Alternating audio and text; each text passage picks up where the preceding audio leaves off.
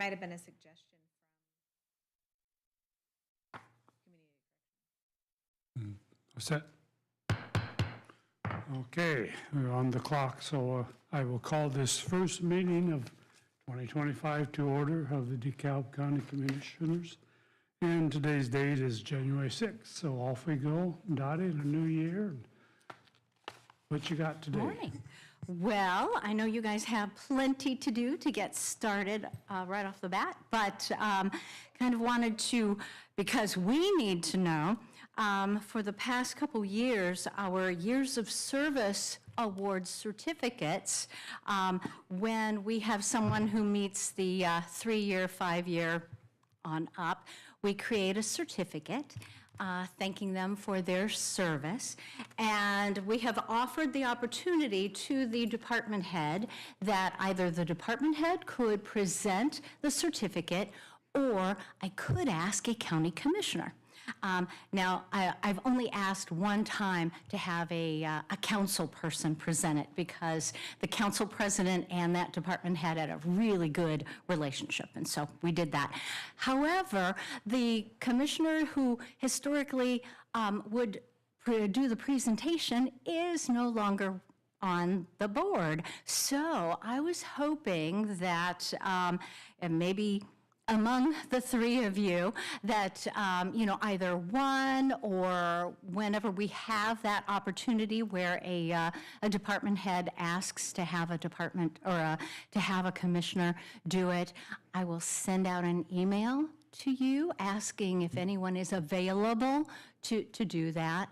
And what I think we've done in the past is we've let the department head and that commissioner set whenever the person was available to go in and do the presentations. So if you guys are okay with that, that's what we'll do, rather than have just one who, yep, I'll do it all the time, which, is fine, but, if you want, you may be closer to another department head or another department than others. I think it'd be nice to rotate it. Okay, good. Yeah. Great. Everybody a chance to meet. That's exactly, yeah. It's really good. You get to go in and talk to the department, the staff, and do a presentation.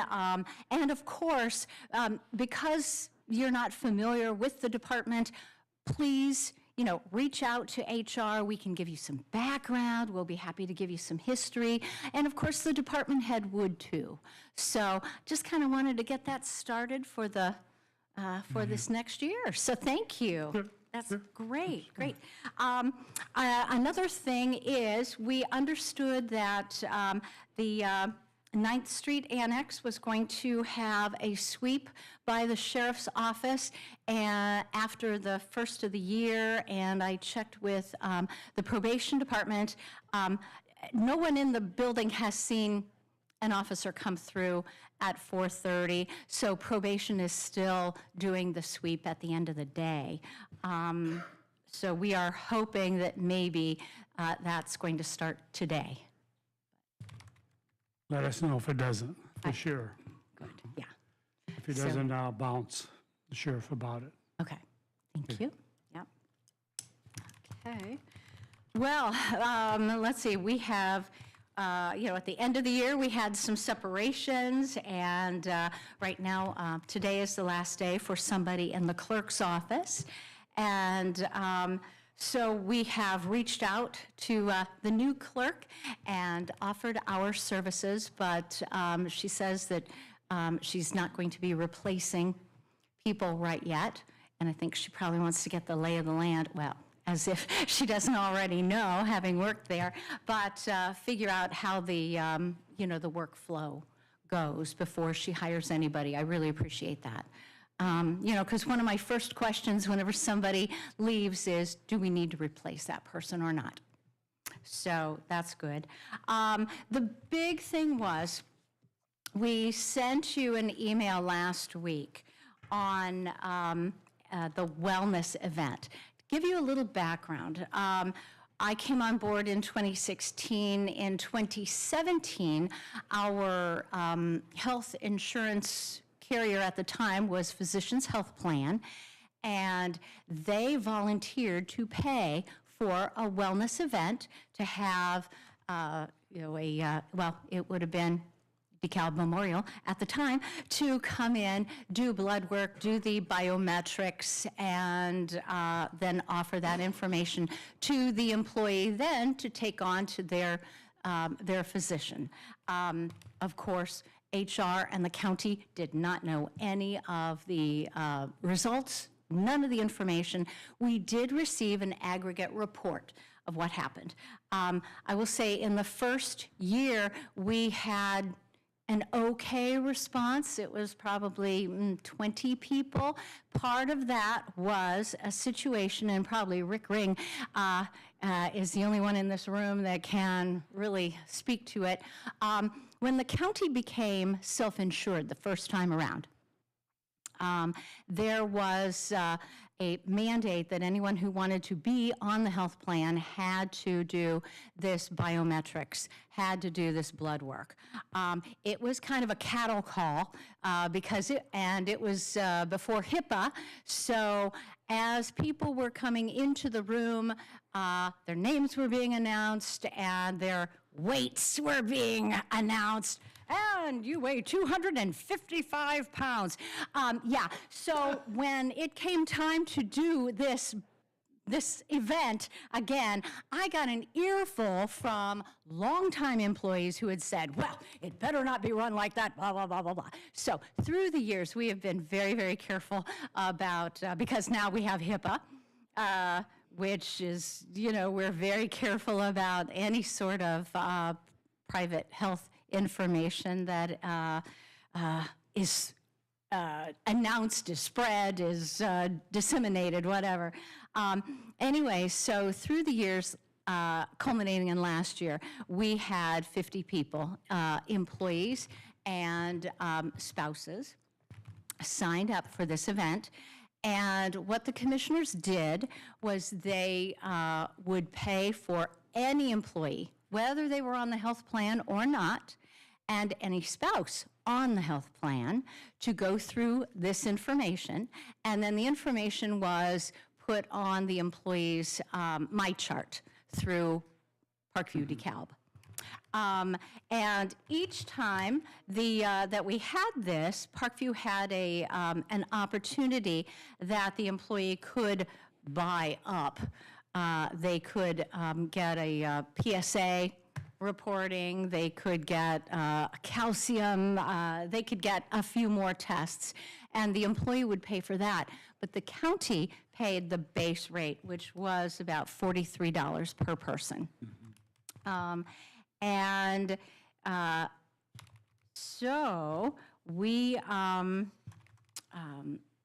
that's what we've done in the past. However, last year, to bring you up to date, the Board of Commissioners decided to implement a new wellness plan since we are self-insured, and the employee would, and this is all voluntary for any employee who would like to participate. They would take a form to their physician. They would have blood work done. They would have biometrics done. And of course, that's preventive. So then the results go back to the doctor, and what we are hoping is that if there are any medical issues, health issues with any employee or spouse, if they're on the health plan, that those things can be addressed and hopefully nip some things in the bud, or maybe get some things to prevent ongoing health issues. And as an incentive, the commissioners have offered that the employee will have $50 off of their premium per pay if they participate in this event.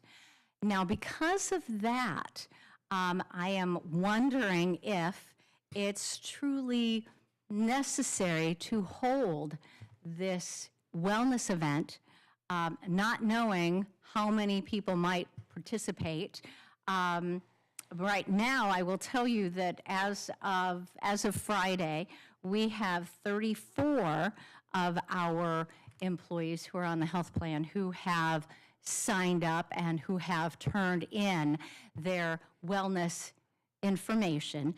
Employees have until May 31st of this year to turn it in so that then we can take care of things for the next plan year, which starts July 1. So the fact that we have in the past spent the $43 per person for that basic package, that is the basic package that we are asking our employees to do, that is preventive and they're not paying for that. It's, of course, we pay for it because we're self-insured now. So the question is, do we want to schedule that wellness event, which historically we have a date set, March the 26th, that I reserved, or do we rely on our employees to do this wellness program and get the $50 off of their premium per pay? But the wellness event, if that is held, that does not count for the program. They still have to talk to their doctor. They would still have to go to their doctor. Just want to clarify that. Yeah. If they have a doctor. Right, yes, if they have a PCP, yes. And that's something that we are hoping that an employee, if they want that $50 deduction in their premium, that maybe they would find a doctor. So we have no idea what happened, after each of these wellness events, what employees did with their information, because once it was done, it was done. We got the aggregate report. We found out, that we had people with high blood pressure, people with pre-diabetes, people with diabetes, things like that. But yeah, whether or not they pass that on to a doctor, we don't know. That's a good question, as far as, does that get passed on, or does it just get buried? Do they have a doctor? Do they not have a doctor? Can we require that they get a doctor and get that checkup? I don't know, what do you think? What do you think, commissioners? I say we hold it. I say we hold it. More information for the employees is always better. And then they take that information and go to the PCP if they want to, and then get the deduction off of it. As a self-insured, being self-insured, we need to have the people know what kind of conditions they're in, and maybe find out some stuff if they have it available for them. Mm-hmm. So you're for both? I'm for both, yeah. Even both. Now, when they go to to get with the doctors, do they have to pay for that themselves? It should be preventive. Preventive, so it's the insurance is covering that. Okay. Yep. Yeah, it comes off the premium. And what tests are those exactly? Is it like a basic, a CBC? Blood work. Just blood work? Yeah. Okay. I don't know what kind of blood work it was, so. The basic A1C. panels. Okay. Your A1C's on. The, A1C. A1C's on there? Okay. one of the things that got us into a big trouble with the last time we were self-insured was we had so many catastrophic events of our employees that we were not aware of. So getting these tests and getting our employees to at least submit to the blood work and that, so we have an idea of where we're at, and then maybe human resources can kind of direct other programs to getting healthy, weight loss, things like that. Yeah. But I don't know, are you still planning on going through this with Parkview? Because they have Yeah. the aggregate reports from Yes. employees that have been there before. So they could get a report on whether or not they've improved or not. And then you have a good aggregate of our employee base. But it's a wonderful thing. Probably the only thing the best way to incentivize them is to give them money off of their premium, their monthly premium. And Unfortunately, only 30-some. I'm surprised that we don't have more. What's been the, Right now, yes, we have 34 of Still have our, 6 months before. they still have 6 months to complete the paperwork. nobody's right, yeah. proactive, right? Is that what you're telling me? Nobody's very, Correct, including me. Right, right, yeah. And we had 48 people participate last year in the wellness event. So I don't know what that means. I do not know if the same people participated who, last year, who are of the 34 who have already completed their paperwork. how many employees do we have on the health plan? Almost, yeah, employees. 250-ish, So yeah. there's yeah. a lot of employees that It's a could very take small advantage of this. percentage, yes, yep. And so we were waiting for this meeting and this decision to put out reminders about the deduction in the premium and, or start promoting the wellness event. And the other advantage is the fact that quite often, it's not the employee that is the high cost to the Spouse. plan, it's the spouse.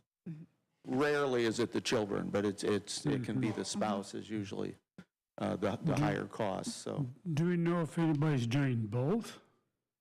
Would that be, in other words, We haven't, we haven't put out any information. We don't know who would be participating in the wellness event in March, as opposed to the 34 that we've already signed up for the $50 off per pay. there's be no point if they're doing both, to do both, right? You could do both, yeah, if you want to give more blood, sure, yeah. You could do trending too to see what's kind Well, of. I was going to say, I will, if we do it, I will do both because I want those ranges that, from the last From the last 2 time. years I've done them. And we have to have, generally, there's a minimum that we have to do. It could be 35 to 40 would be the minimum number of people that Parkview would send out. They generally send out 3 people to draw blood. Starts at, well, let's see, we start at 5 a.m. and the first people coming in are at 6. Okay, well, what do you think? Do both? Jim, what do you think? Yes, that's right, yeah, I would, anything we can do on the preventive end certainly helps the program in the long haul. No doubt about it.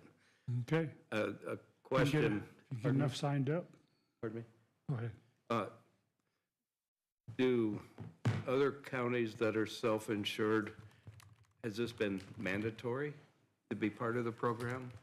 It depends on how they've set up their plan.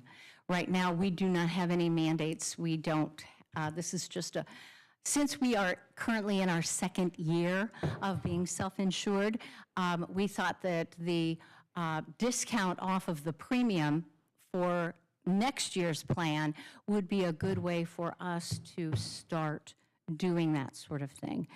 We do not require anyone to have any blood work done prior to being on the plan. Now, what happened the first time that they were self-insured was that there was a mandate that if you wanted to be on the plan, you had to have this, this blood work, this stuff done, and then there was either if you hit certain levels, then you either received a discount off of your premium or it was cheaper. Yeah, once Generally, again, no, that's not the case. what, it wasn't, okay. What angered all of the employees was rather than getting a deduction from their premium, they added $500 That's to the deductible for every mark that they did not hit. So you had people go from $500 deductible to $2,000 deductible, or more. So it just angered everybody. So it was basically a negative response instead of a, Exactly. It was positive. definitely a stick as opposed to a carrot. Yeah. Whereas at least this wellness is I believe it's a carrot. Get the employee to go get their blood work done, and to top it off, because of the relationship and the expansion of the health department offered to do this blood work for our employees. And actually, they will do it for, any employees, whether you're on the health plan or not. And then the employee can take that information with them to their physician, and then the physician signs off that they have had a discussion, they've had this meeting, and then the employee brings that back to us. And then when May 31st rolls around, then we will present that to payroll, and when we start up the new health plan, then that will be a $50 per pay deduction in their premium. We thought that was a good carrot. How come we don't have the health department do it to start with and not have Parkview? The health department can do it. Well, that's a good question. In years past, the health department was not available to do it. And the health department was stretched to the max. And so we have not asked the health department yet about this next wellness, because we kind of wanted to find out what your feelings were, whether or not we should have that before we broach the subject with the health department. Curious to see what the health department, how much they could do it for instead of having Parkview. If they can do all the same blood tests that Parkview did. The issue is going to be the aggregate reporting. Right. Parkview may Okay. not do it if they're not going to do the blood work. Yeah, they will That's not all do the built- aggregate. That reporting and everything is all Yeah. built into what they Yeah. offer. And the health department can't get into my chart for the employee to take a look at that. Really? And the doctor to take a look at it when they're, yeah.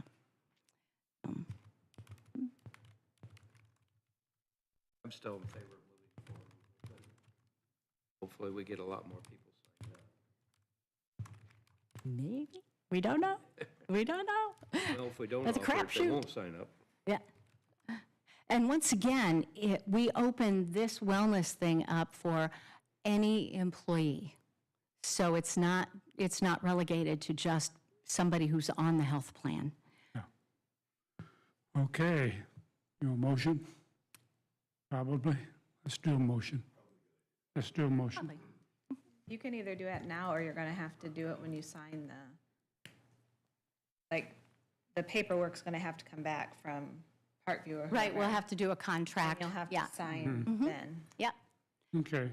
I just kind of needed to know what your feelings were of which direction we go. So sounds like I will get back in touch with them. So, That'll work. great, Get that to us and we'll go from there with it. good. And I know I clarified this before, but I don't think it got updated. On when everybody starts looking at this again, in the box, it says that the incentive will start the first pay of 25-26. It probably needs to be clarified of the health plan year, not the first pay of right now. Okay. Well, The first Yeah, pay of actually, 25 that's- is yeah. now, and this isn't supposed to start until July, when we renew. in that paperwork, it talks about plan year 25, 26, the insurance plan year. So Susan's just asking us that the next time that we get paperwork, that we update that. Okay. Yeah, great. Anything else? Well, what do you guys have for us? Any questions, comments? Okay, great. Well, welcome aboard. So, Yeah. yeah, Yes. Thank you, Dottie. thanks, yeah. I got a hold of Brady, and he said that the sweeps are starting today. Okay. Thank you, Susan. I will inform the 9th Street Annex. Okay, real quick, let's go into payroll. Get the folks paid for their hard work. To entertain a motion to approve payroll. Make a motion to approve payroll. Second. A motion is second on the floor. Are there any additional comments? All those in favor signify by saying aye. Aye. Aye, opposed, the same. Payroll is approved. Good chance to go through the claims. Good. Any questions, comments? Have to learn. And to approve claims. I would so move we accept the claims as presented. I'll second. A motion and second on the floor to approve claims. Comments? All those in favor signify by saying aye. Aye. Aye, opposed, the same. And finally, but not least, let's go into minutes. Any problems with, of course, you guys weren't here to do the, I had a question on that because neither one of us can Was approve here. or second because we weren't on the board at that time. So, You're reading them as I'm presenting them to you. So somebody needs to, I think legally, I mean, it can't be approved without a majority of commissioners. it's, Todd and Mike can't vote at all because they're off. I mean, I think we're left with you guys have to vote on it. You could always say, hey, we weren't there, but to the best of our knowledge, these are accurate or something. Otherwise, we won't have official minutes. because you'll be signing them. I don't think Bill can just vote it by himself, but obviously, if he approves it, that's the best. I mean, that'll be on the record that he's approving it, and he's the only commissioner that was there, so. well, the president can do it on his own. Well, Why can't I? I guess my recommendation would be you guys just state you weren't there, but in order to have a full vote, you move and vote on it. And so I would make a motion to approve the minutes as presented, subject to the fact that I was not a commissioner at that time. They were acceptable to the best of my knowledge. Yep. Is that accepted? But I think that's acceptable. Acceptable to the best of my knowledge since I wasn't there either. I'll second it. Motion and second on the floor. Comments? All those in favor signify by saying aye. Aye, opposed, same. Motion carries. That should cover us. Yep.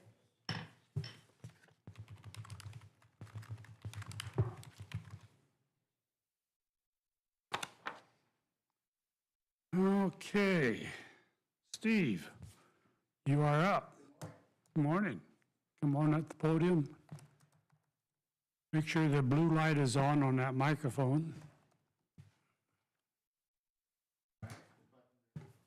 Yeah, There we go. Good morning. I'm Steve Howell. I'm the director at Northeastern Center. My privilege to meet with you this morning. And a few weeks ago, you should have received the Northeastern Center FY24 annual report. I do have a couple of extra copies here. Anyone needs that? All right. I also sent it to them, so they at least had it electronic to review. Sure, thank you.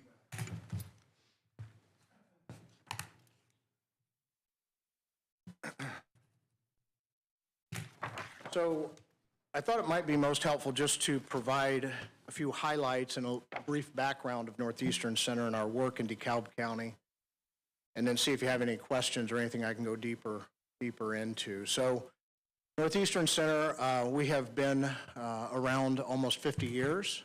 We started as an offshoot of another community mental health center in the early 70s, became incorporated in 1977, and we serve 4 primary counties: DeKalb, Noble, LaGrange, and Steuben. We are one of 24 community mental health centers that serve the 92 counties. Our primary focus is on treatment. We do some prevention, some consultation, but primarily treatment of mental illness, behavioral health, addiction challenges that folks have. Primarily, the folks that come into Northeastern Center, they get diagnosed with a particular mental health problem, addiction problem, and those common problems for addiction are things like alcohol dependence, substance use disorders like cannabis, marijuana, stimulants, that kind of thing. And mental illness kind of runs the gamut. Some of the things we see are situational, whether it's grief-related or a lot of trauma from different events that happen. But the primary diagnosis that we see are major depression, a lot of anxiety, bipolar disorder, and we do see some more severe mental illness such as schizophrenia. We have a fair amount of that. So our services are provided, we provide a variety of services based on the needs of the folks walking in the door. So we do therapy and counseling, we do case management, we have 4 psychiatrists who prescribe medication and 3 advanced practice nurses who do as well. We have 24/7 programs, we have a clubhouse program, we have a 16-bed acute care hospital that's here in Auburn. We have a crisis receiving and stabilization service. I'll say a little bit more about that in just a moment. So we run a full gamut of services for folks, residents in DeKalb County and the others. We employ about 230 people. We have about a $21 million budget. So the past year, we've been focused on several things, including child and adolescent services, particularly in the DeKalb County schools. We've enhanced some really great partnerships with Garrett Kaiser Butler, with United Way of DeKalb County, with the Community Foundation, and with the Health Department. A couple newer services I wanted to mention. In August of 2022, with the help from the state, we began a transportation service in all 4 counties, although it primarily has been in DeKalb. It's for folks that are justice involved, so they don't have to be a client at Northeastern Center, but they're in the probation drug court system. We the goal was to provide 800 rides in that first year. So we started in August of 2022. I was a little bit concerned whether or not we could hit 800 rides. So that was really the only stipulation, was they had to be justice involved, and we would take them wherever they needed to go, from probation to drug court to the grocery store to work, that kind of thing. We provided almost 1,000 rides that first year. The second year, which ended in fiscal year 24, which was the end of June 30th, 2024, we provided 5,225 rides.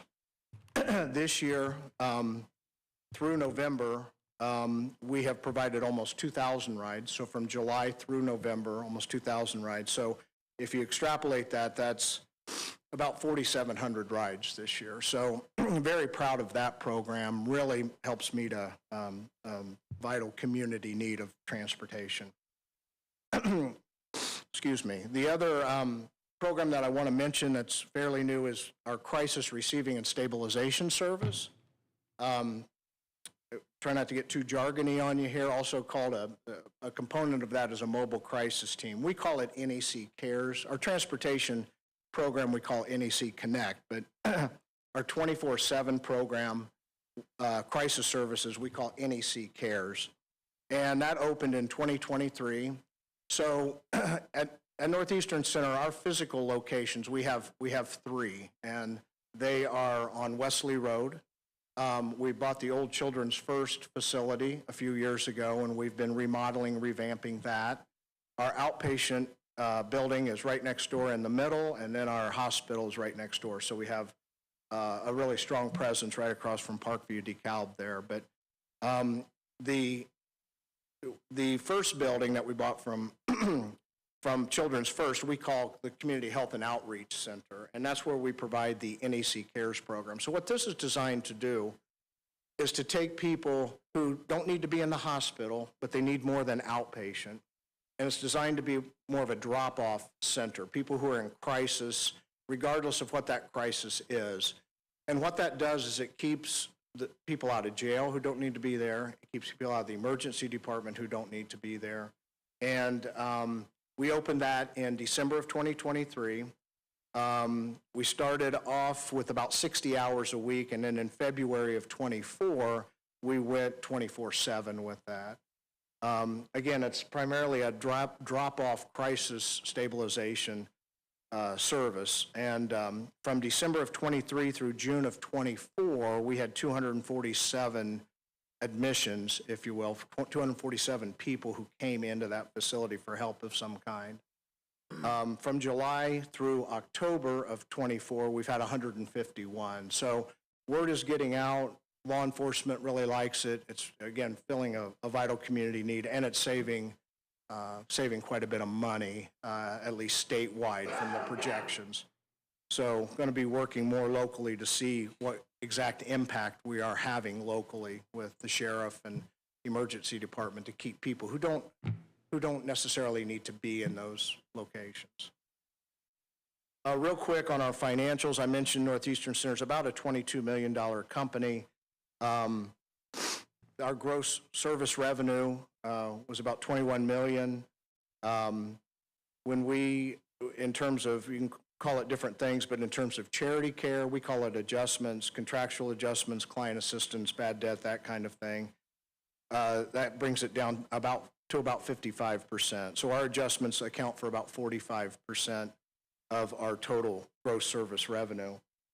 That gets made up through non-fee revenue, which is money we get from the state, money we get from the county, money we get from disproportionate share for hospitals because we serve a disproportionate share of low-income individuals. And those adjustments for DeKalb, as pointed out in the report, came to about $2.7 million in fiscal year 2024.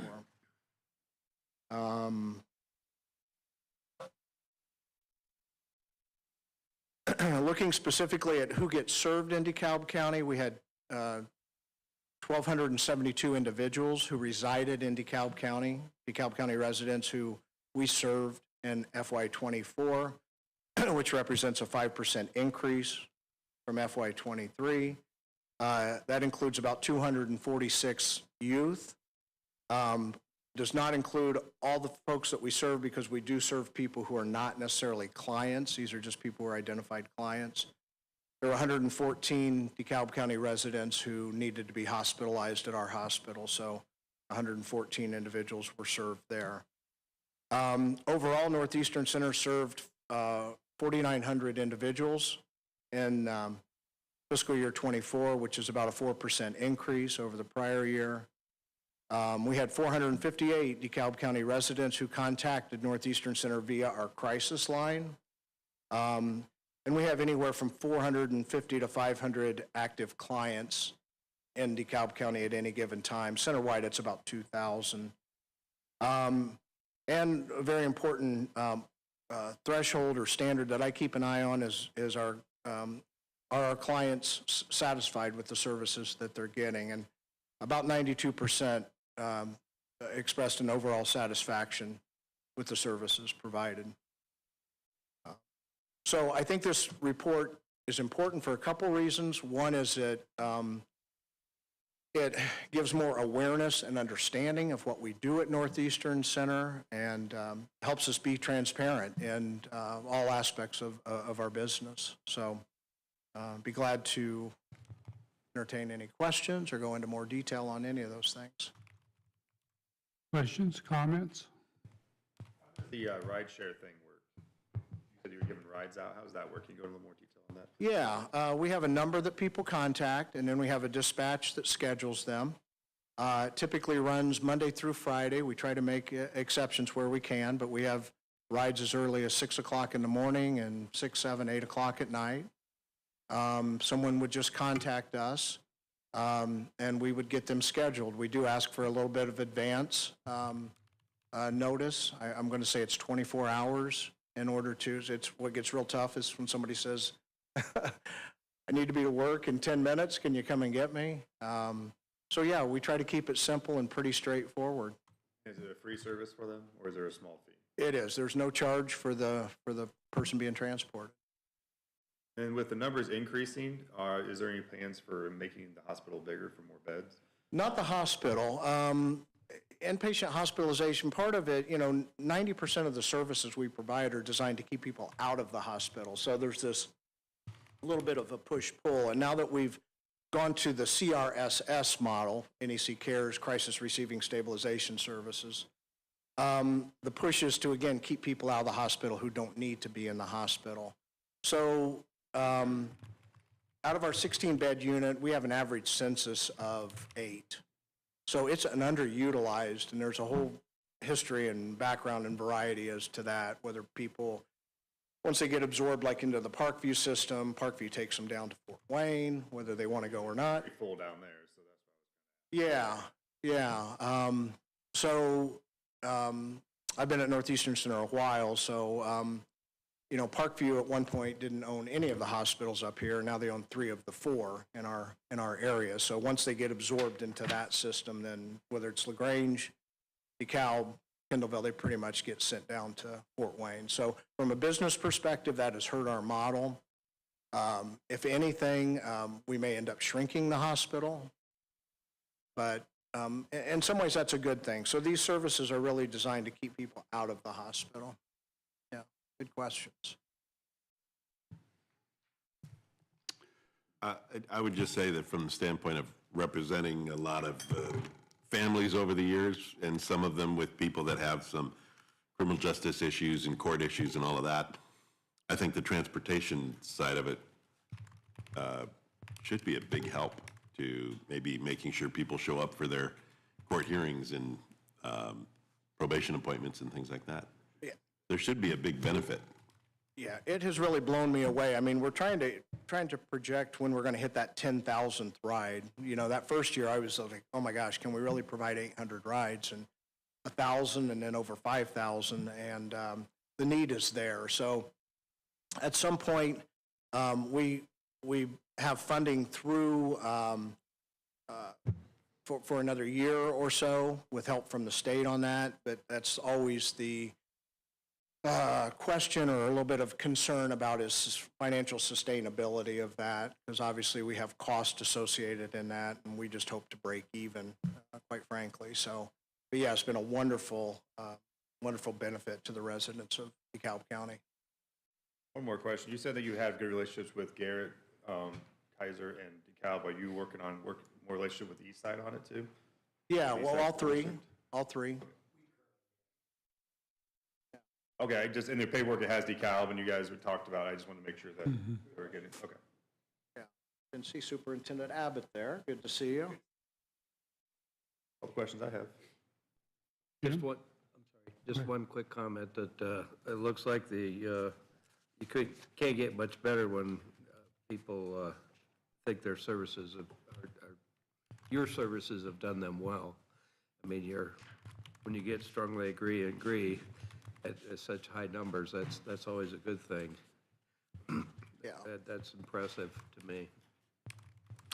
Yeah, thank you. We have some wonderful staff. The funding for the riders, the transportation, you say that comes from the state. Is that a separate grant that you receive for that, or is that incorporated into the total? It is for the NEC Connect for the transportation. Yes. Yeah, it is a separate grant that we had applied for about 3 years ago. So it's a separate. It is separate. Separate from our standard contract with the state. So Is that open-ended, or is there a time when that would expire? well, initially it was 1 year, and then the state came back and said, you guys have been really successful with this, and we've got some money, and so do you want to do it for a second year? And we said, absolutely. And we ended up having some money left over from that, and we asked if we could extend the term and keep the program going, and they said yes. So they haven't given us any more money after that second year, but they've allowed us to extend the term. Carry over. Yeah. You don't have to send it, you don't have to send the excess back. No, we don't want to send anything back, but hopefully not. I think we'll go through it. Our contract right now goes through September of '26, and so if we keep up at this rate, and the dollars go towards paying our staff and paying the vehicle cost and gas and that kind of thing. So, yeah, we project that we'll go through that money by September of '26. Okay. Anything else? Very nice program, very nice. All right. Well, thank you. I appreciate the opportunity. Okay, thank you. Okay, Susan, what's moving forward with that? Anything we need today? Nope, he was just doing his annual report. Just a report? Yep. Do we have to make a motion that we accepted that annual report, or no? You can if you want. I know some of them, some They're doing it departments at- you have to. Right, he's not a department of ours. We acknowledge receipt of our departments. He's doing it because we give them funding, we Yeah. help with some money, but fund. he's not technically a department. That's up to you guys. I don't think we need to, we're, what, close to 500,000 funding or 450, something like that. And that's state mandated, by the way. Yeah, we have to fund. Which it's a good program. I think it's well worth the money. So,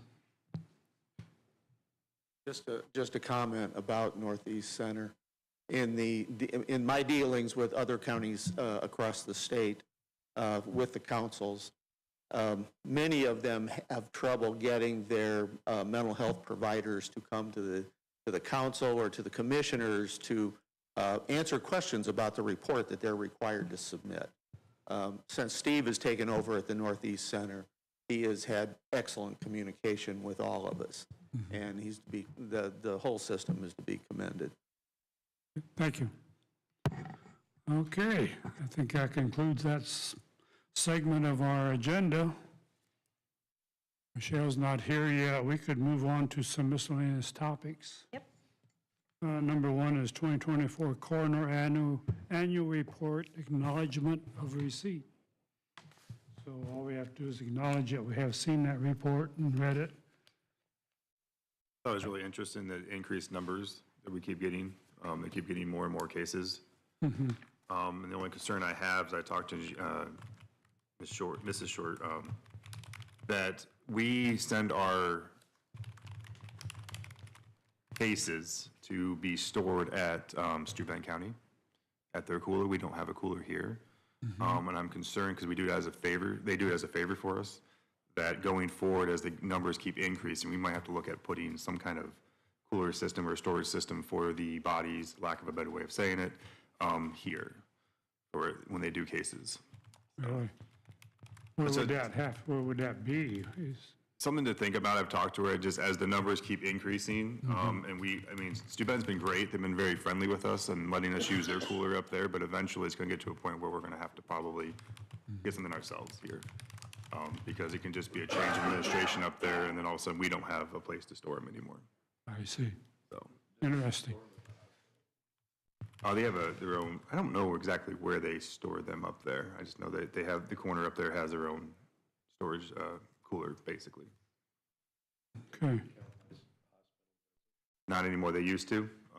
As Rick can tell, yeah, we used to, but what was it, like 8, 9 years ago they shut it down? We remodeled the emergency room.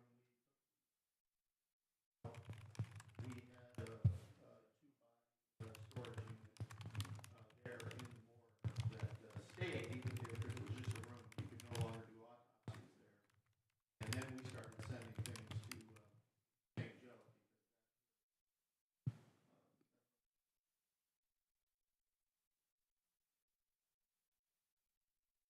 Yeah, I was not aware of it.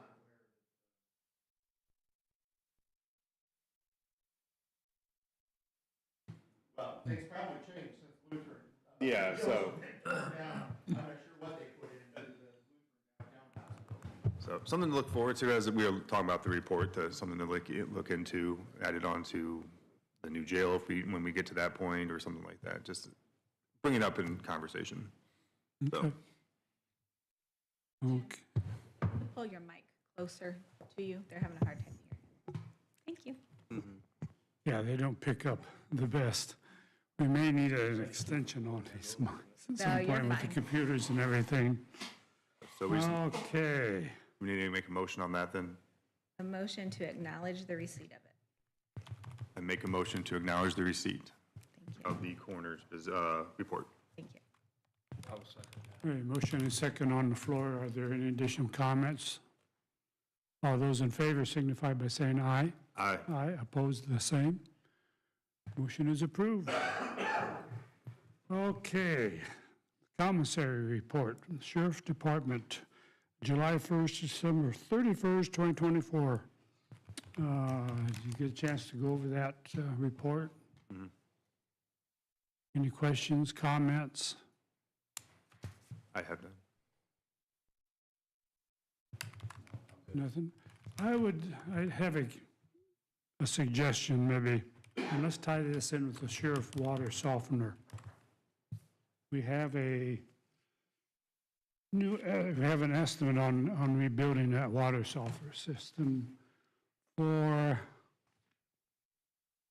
$8,329.20 to rebuild that system. I think one of the estimates to replace it was $34,000. So I think so it'll be up to you guys to decide, or the three of us, whether we go with the rebuild or the new, and I think it's a no-brainer.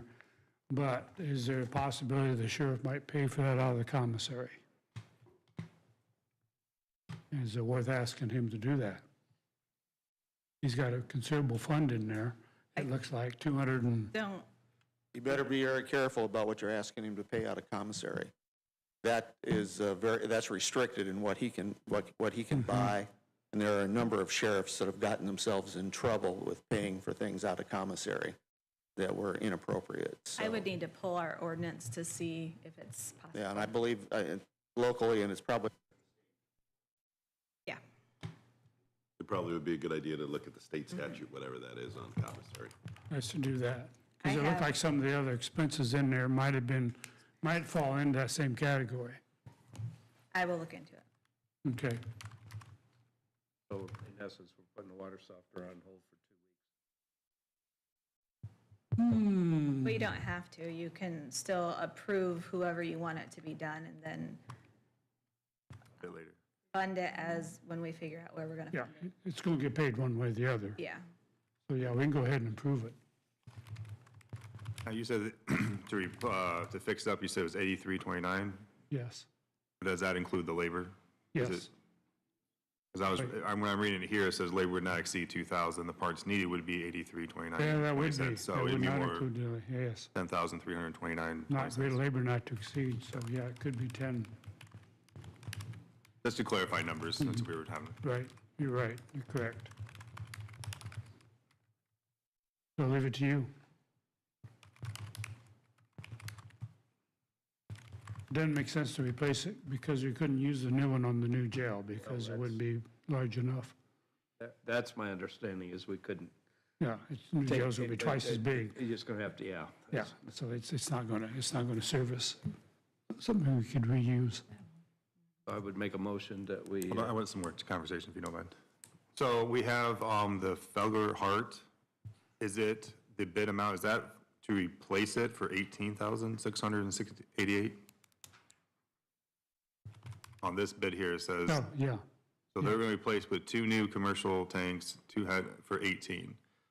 So for another 8,000, we don't know when we're going to build a new jail. I mean, we're a couple of years out from that. I don't want to, I'm concerned if we just fix up this water heater at no, there's, almost 11,000, for another 7,000, we get a new one, we know they will last until, it'll last. There's no problem with rebuilding a water softener. They're not that, not a lot of.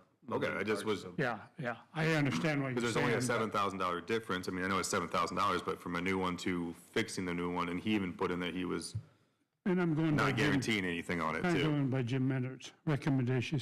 He said it doesn't make sense to buy a new one when the rebuild will last, probably way beyond the life of the jail. The I existing just wanted to jail. bring up that there was another, that. Okay, go ahead, Jim, sorry, I didn't mean to interrupt. I would so move we accept the bid to fix the water softener as presented. From Meddards? Yes. Yes, better water softener. I'll Water second. care. Yeah, second? I'll second. A motion second on the floor. Additional comments? All those in favor signify by saying aye. Aye. Opposed, the same. Motion is approved. Okay, so now you need to go back and you need to acknowledge receipt of the commissary report that you Skipped over. started and moved past. And I just emailed all of you the statute on commissary. It looks like it may, now Susan can check and maybe clarify on that, but it looks to me like it's wide enough. It talks about equipment installed in the county jail. There is some language that if it's something other than what's listed in there, any other purpose that's benefits the sheriff's department, which is great, but then it has to be agreed upon by the council and the county sheriff. So the council has to be brought in if it doesn't fit the other 8 subparts, just to be aware of that. So it is a possibility It seems like it's possible, but we'll have to with the council. maybe see how the auditor's offices approach that or Okay. Yep. classify it. We still need to acknowledge receipt of the commissary report at this point.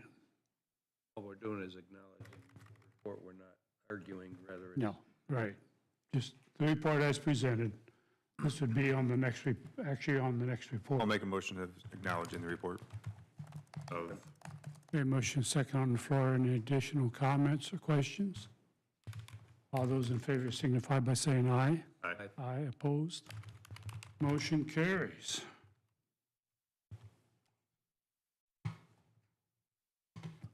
Michelle, we are close to your time slot. Let's get you up here and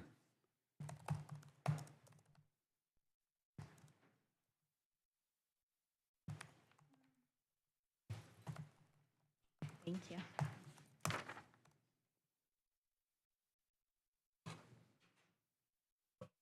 Good morning. Morning. So I'm here this morning because Community Corrections does 2 grants to the Department of Corrections throughout the adult, which is the majority of what we do. It covers a lot of our building expenses. It covers our programming for home detention, pretrial, for the work release center. And then we also do a grant for juvenile, which helps us pay for our Change Academy program. There's also a little funding in there for juvenile home detention. They have moved the deadline up for the juvenile grant again. They like to do that to us every year. So now it is due January 25th. So that's why I'm here so early.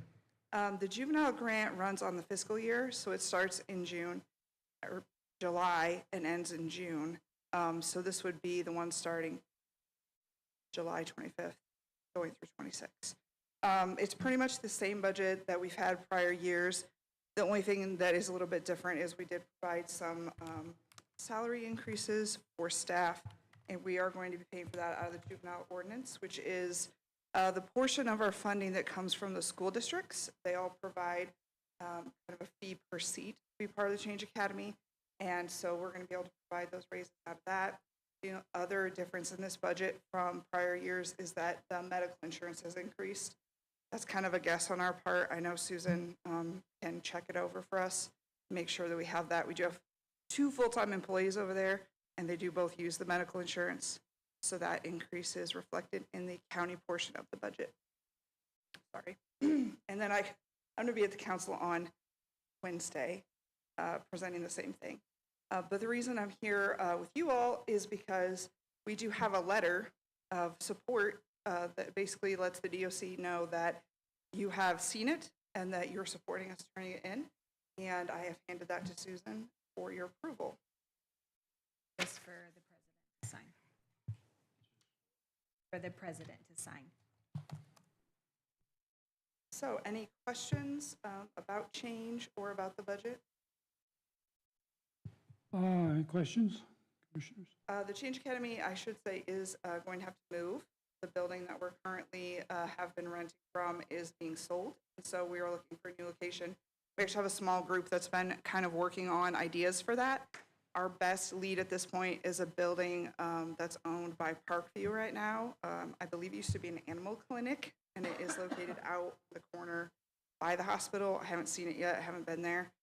So I'm just trying to set up kind of a connection with the Parkview real estate office right now, which it seems like they've been on break with the holidays. So I'm hoping this week to get back in touch with them that they'll be back in office, and maybe we can work something out as far as leasing that building from Parkview and moving the Change Academy there.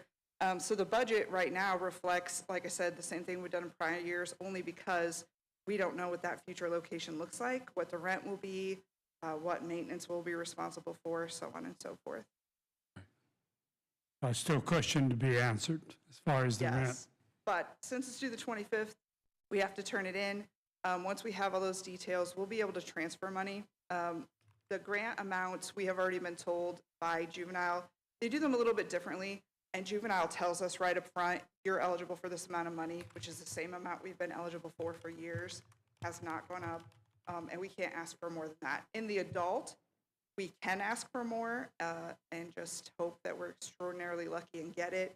Doesn't usually happen, but there is some, every once in a while, they do provide some extra funding. If you remember a couple months ago, I had turned in also a request to ask for a discretionary juvenile because they did have some money. And they said for those counties that had done well on their financial audit and their outcome measures, that they were allowed to ask for discretionary up to 10%. And we qualified for that, which was great. So we did ask for that and we did receive it. So we're going to get about $8,800 extra for the change program, which had to be used on very specific things. So it's going to be used for some extra programming, more incentives, some things like that. But the base funding is going to be the exact same amount as it's been for several years. I see. Any other questions, comments? The health insurance, and that's for the 2 full-time employees, $62,548 that the county pays. How is that computed? How do we figure out, seeing we're self-funded? Because we have the premium and you guys decide what percentage of that premium the employee's paying and then county pays the rest. Okay. Say that again. So you have a premium, a monthly premium, so say it's $500, then you have to multiply that out for 12 months and then divide it into 26 for 26 pays. But the commissioners decide how much of, like if it's employee only, they may decide that the employee is going to be responsible for 9% of that full amount, and then the commissioners would be responsible for the other part of it, the 81%. So you have your full value and you just take 9% for the employee and 81 for the county, and then it's put in.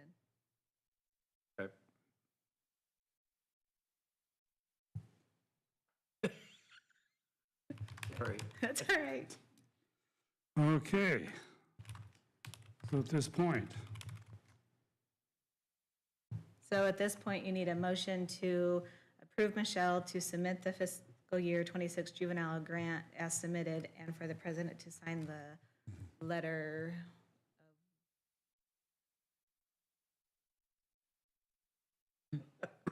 motion? I so move that we accept the report as presented. Allow her to forward the grant, or? You submit the grant, don't you? Yeah. Who submits the grant? Allow her to move forward with the grant application. And for Bill to sign that paper.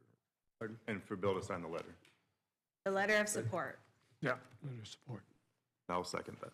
A motion second on the floor. Are there any additional comments? All those in favor signify by saying aye. Aye. Aye. Opposed, same. Motion is approved. I will sign. Thank you. The only other thing I wanted to bring up real quickly while I was here was we were going to have a number of larger bills coming in for maintenance at the community corrections building.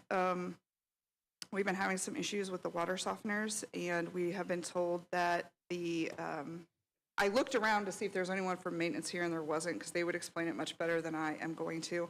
But basically, there is a fix that they can do to the units that we already have there that supposedly will solve this problem. That's going to be over $2,000. We've also been informed, we were having some trouble with the HVAC system, and we have been informed that that problem is mostly focused on the roof.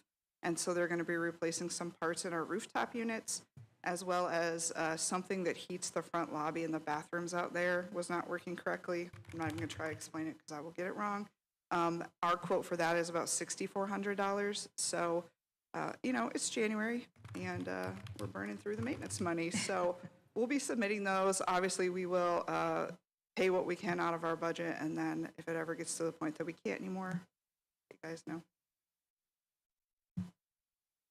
So evidently, even new water softeners do not last eternally. So, the other one's gonna Who last. who knows? That one's what, 6 years old? That one's 6 years. Only 6 years old. Yeah, I've had home water softeners last a lot longer than that. So, Home and commercial. but who knows, yeah, it's commercial side. Okay. Moving on. Is it your desire to move into You wanna do the Sunny Meadows thing? appointments, or you want to do Sunny Meadows? We should do Sunny Meadows. Let's do Sunny Meadows. You read that partial report, I guess, abbreviated report, what would we call that, Susan? It's still their monthly reports. I just didn't type it all out. It's got the financial parts. What's know. happening moving forward with that bookkeeping? We have a bookkeeper it's actually Mike Watson. He's going to be the bookkeeper and not long-term to help get it turned around so Turned we around. can actually easily and nicely train it to a future person depending on everything about We still don't have anybody hired to that position. Mike. Mike is Yeah. he is hired? He is that? is hired, and Okay, so he's going to be doing that. He's actually going to be working out of my office for a while, and he'll be able to be remote because we've been doing all of that for the last 2 years. So we're the ones that will have to train yeah, so part-time, full-time. full-time. Okay, It's going to take a full-time, probably for a while, to get everything, brought up to speed. yeah. Yeah. Then, going forward, like, depending if everything stays and keeps going, once there's a process, a good process, then maybe the future wouldn't have to have. Yeah. But right now, it's going to take. Get it caught up, get it where it needs to be. I'm sure Mike will do a good job on that. Yeah, because, I mean, we could only do the basics to keep things balanced and keep going. And I only got involved because the state had actually removed them from our audits because they weren't compliant and they couldn't, the couple prior directors. So that's how I got involved and got it all balanced, and the state accepted the numbers, and then we went with it. What we have to do today, just acknowledge that we got the report. You're acknowledging that you've received all those reports from December of '22 through December of '24. The motion that we acknowledge that we received those reports. We have a motion and a second on the floor. Additional comments? All those in favor signify by saying aye. Aye. Aye, opposed, same. Motion carries.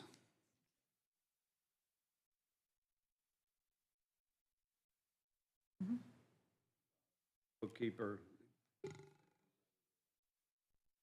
It comes out of the Sunny Meadows Sunny budget, yeah. Oh, yeah. Yep. Yeah, no, looking for one it's for a been couple months now. open, yeah.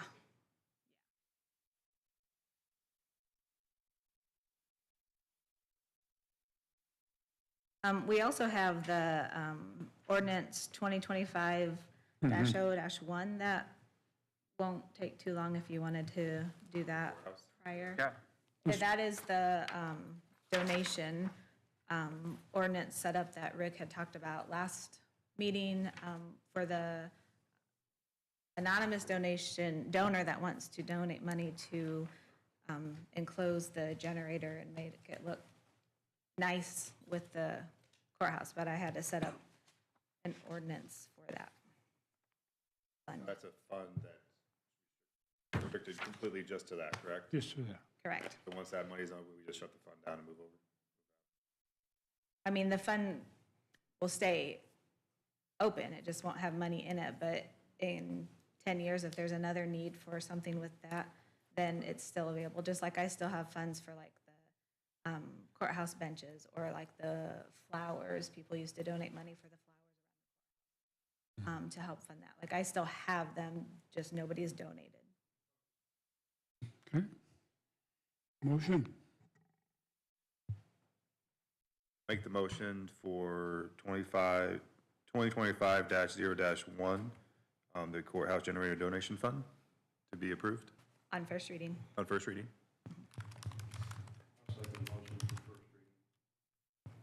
A motion and a second to first reading for courthouse donation fund. All those in favor signify by saying aye.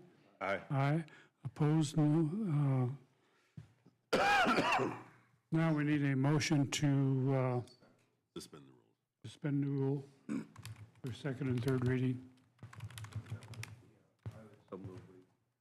I would so move that we suspend the rules for the second and third reading of the ordinance as presented. I'll second that. A motion second on the floor. Any additional comments? All those in favor signify by saying aye. Aye. Aye, opposed, same. Motion carries. Okay, entertain a motion for second and third reading. Do we need to actually name off that, or will that be reported in the minutes? The exact number? It's in the minutes, yeah. Okay. And is that basically, I have to, we have another ordinance or a resolution that they passed, that the prior commission has passed, authorizing you to just read it by the title, right? So that's why we don't have to read the whole thing. Why can't make Susan read the whole thing? Because I gave it to you at least 48 hours prior. I can read it, I read fast. So it's ordinance number 2025-0-1, DeKalb County Code, section 28-9-17. DeKalb County Commissioners and ordinance established in a restricted fund for funds for the courthouse generator enclosure. I'll make a motion to approve second and third reading of what Susan just read.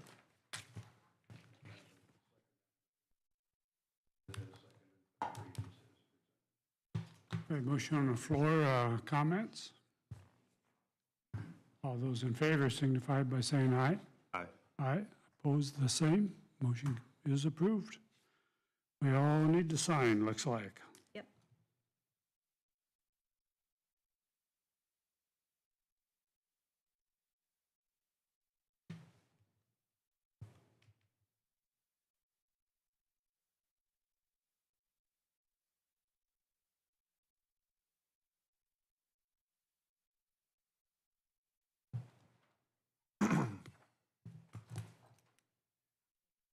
Okay, we have one thing on the miscellaneous and as appointments, board appointments.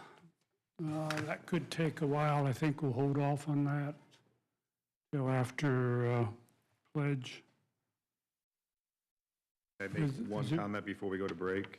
Here, any additional comments or issues that we can fill in this time with? Well, does anybody know who can get in contact with Tanya Weaver? 'Cause I have a question about it because I have an ordinance here. She's on the health department board, which I would like to keep her on there, but she was the superintendent, and that's one of the requirements to be on the health board. I have the ordinance over here. I just want to make sure she refills that requirement because now she's moved to a different job. Evan, do you know where she? Do you want to come up to the mic? Come up to the mic.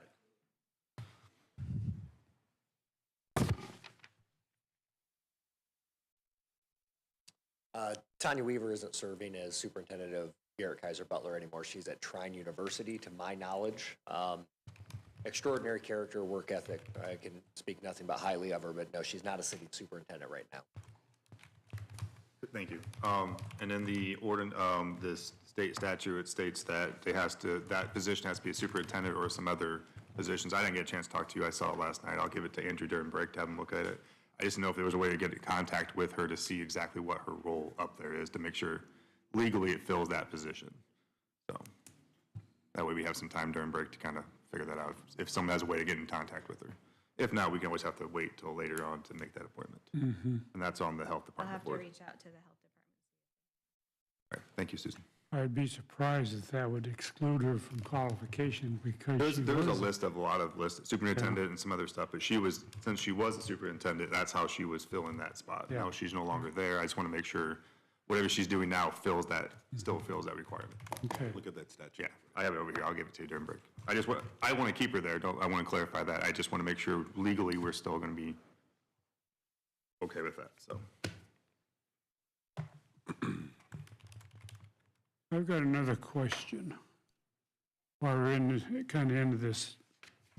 The Auburn Extraterritorial Jurisdiction, ETJ, a replacement for Tom Smith, who has retired, Yeah, must be an independent or Democrat? yes.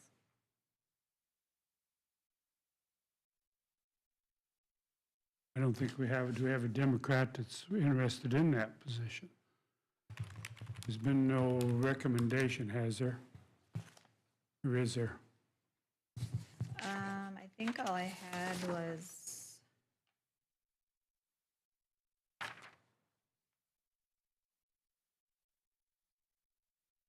I do have a question for Rick, since he is the head of the GOP. no, that's just what they had told me. We just have the letter from Kelly Nauer saying, which she let everybody know back in April, that this was happening. What classifies a Republican or an independent? In this particular case? Yes. What they voted in their last primary. Even if they identify as something else, even though they just voted in one It primary? has to be whatever they were in their last primary. And the two primary rule does not apply to this.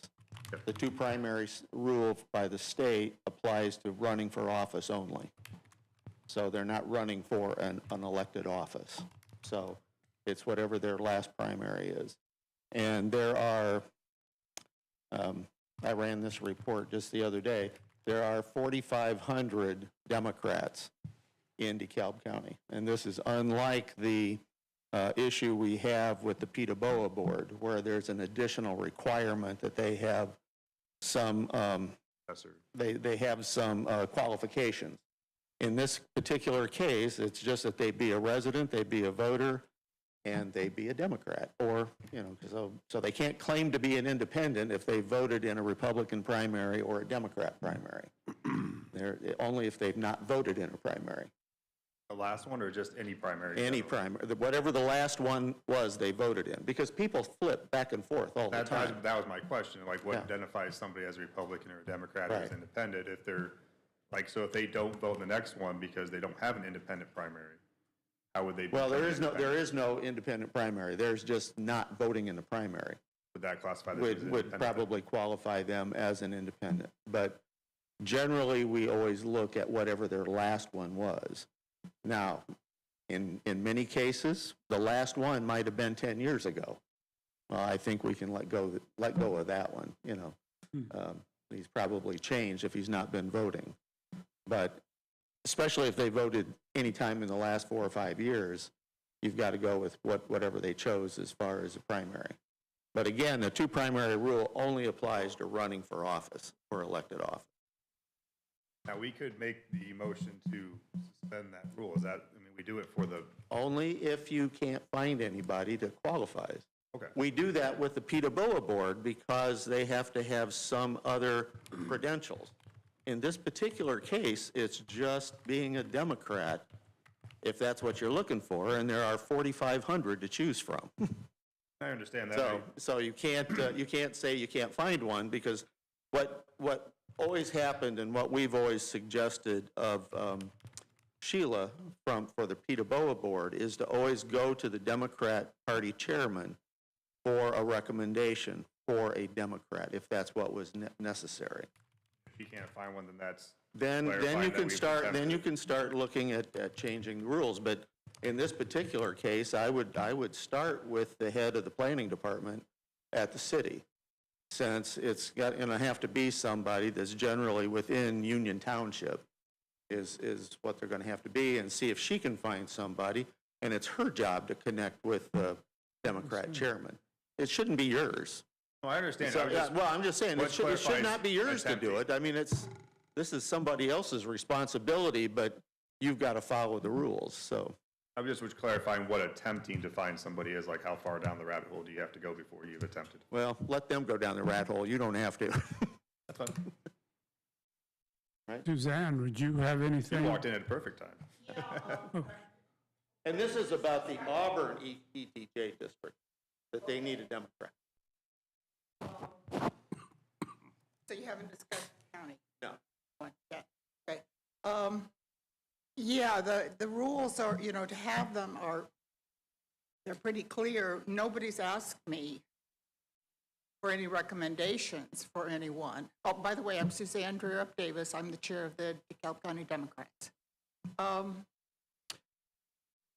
Yeah, Sheila asks me every year if we have anyone, and I can't find anyone that has the credentials for that particular board. And so I'll give her a waiver. I will not object to not putting a Democrat on that board. But on these, nobody's asked me to look for anyone. So, And just to be clarified, I didn't know that that position needed to be a Democrat independent until last night, so that's why I haven't reached out to Okay, you. So okay. on my original initial notes, it didn't have that requirement on there, as I was going through my Okay. list. I found Okay. out today, so that's why I was just asking these questions. okay, So. okay. I knew there was going to be a retirement, so I have a few in mind, but I didn't ask anyone yet if they were interested, but there might be a few people. And we might just have to hold off on that. Yeah, and I didn't know if you had any or not. So. What, can we ask what those two people, who they might be? I mean, could we do that pending their approval to accept it? I would rather wait for her to talk to them first and then come Talk to them back first. in 2 weeks and then have Okay. her bring the names of people that do want to be on it.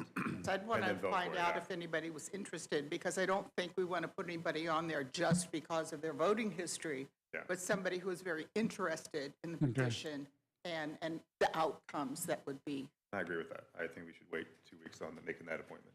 Okay. I don't think it's Not we a can do have that, to. right, Mr. Andrew? Can table Yeah. it for the next meeting, yes. Sure. Sounds Thank you good. for clarifying that, Rick. And Thank you, Suzanne. Anything else? Susan, do you have anything else? I don't think so. Andrew? Yes, I just have a couple short ones. An update on the Wayne Asphalt letter of credit that had come up.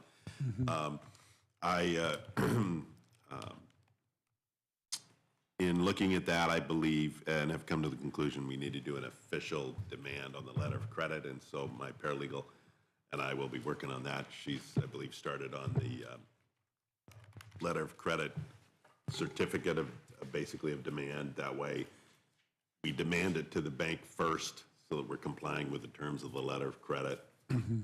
We have till May to do that, but I'm working on it so that we can maybe even move forward, here very quickly. And then we could file suit if needed, if they deny the letter of credit, potentially to both the bank because they issued the letter of credit, and then the Wayne Asphalt for it. And potentially the bank might pay the money into the court and just say, you guys figure it out to get the bank out of the case. That's a possibility. And then the court case just becomes between Wayne Asphalt and the county. And just to clarify, that's Heron Lake. That's the Heron Lake stuff. And then the other one is on the hotel, Baymont Hotel. We've got my paralegal Rachel worked with, I believe, Teresa in the auditor's office to get numbers around, and Rachel's has worked up a spreadsheet so that we can explain to the court what the charges are that they haven't paid and their months missing, and Rachel's got a proposed complaint that I still have to review, so we are processing on that to hopefully get that moving quickly on filing a suit against the Baymont Hotel. Once we get a suit, if we can win the case, then we get a lien on the property in case it would sell. As far as the actual owner himself, it seems like, it looks like it may be the same person that some news reports have said it's gotten in trouble in, I don't know if it's Georgia or Ohio, wasn't it? Ohio It's possibly. both. I think it's both. Now, he owns the one next door. Is that one in compliance too, or no? The, count?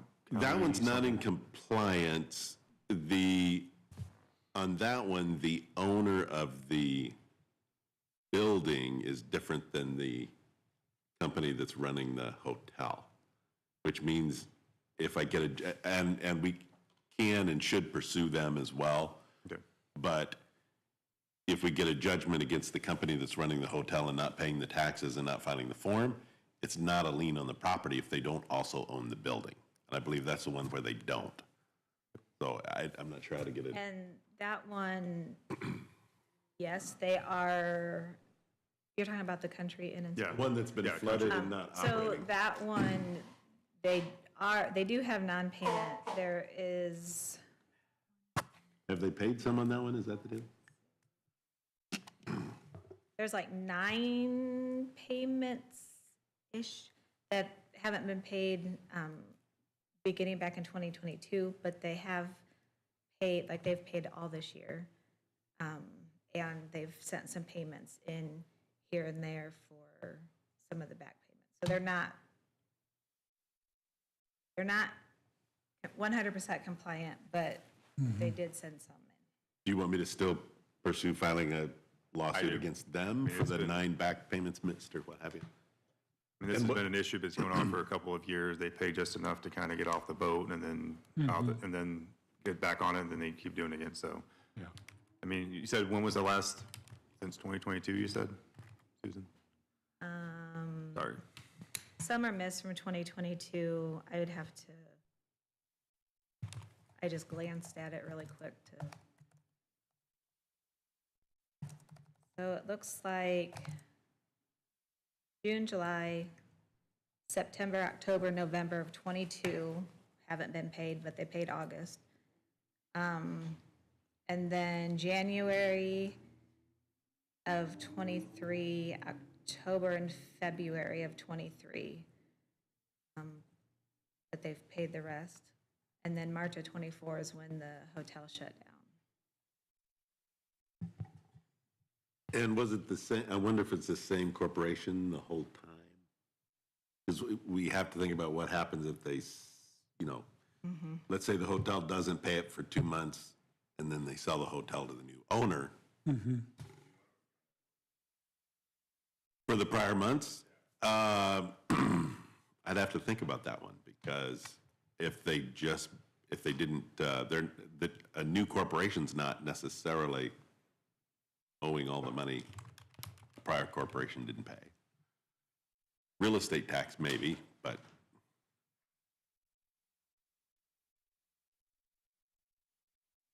I think it's the same company that owns it now that missed at least some of those payments. Okay. Either way around it, it's not fair to everybody else in the county if they're not paying their taxes. So. Well, it's like a free rider problem. And I think, you've mentioned that too. The idea is if somebody gets away with it and we're not enforcing it, then other people may say, hey, we don't have to pay. I'd like to finish up and get this Baymont Hotel one done first, and let's get that going, and then I'll make a note to start the next one. Oh, it's almost Okay. done. Let's take our break for pledge.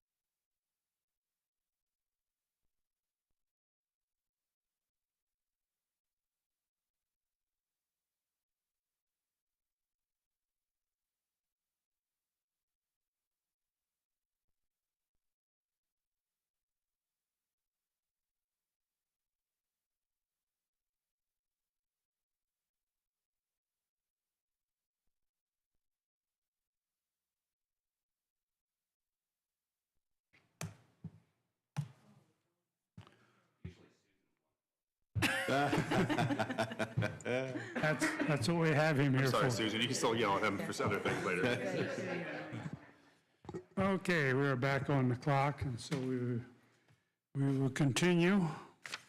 And we will start out with, or conclude actually with appointments. We got a list to go through, and I think we'll take these one at a time and do a motion and a second on them. First one is the Airport Authority Board. Jerry Korchik. Oh, Wait,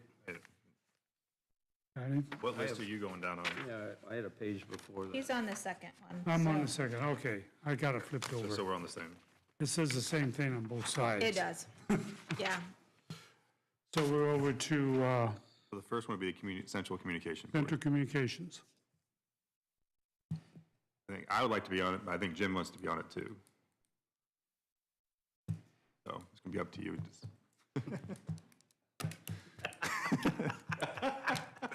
Just to start right off the Well, top, let's right, just- Jim? I mean, you want to, It's not a life or death situation. I would like to be on it since I have a background in first responding, and I'd like to stay with that and kind of stick with those kind of boards and stuff.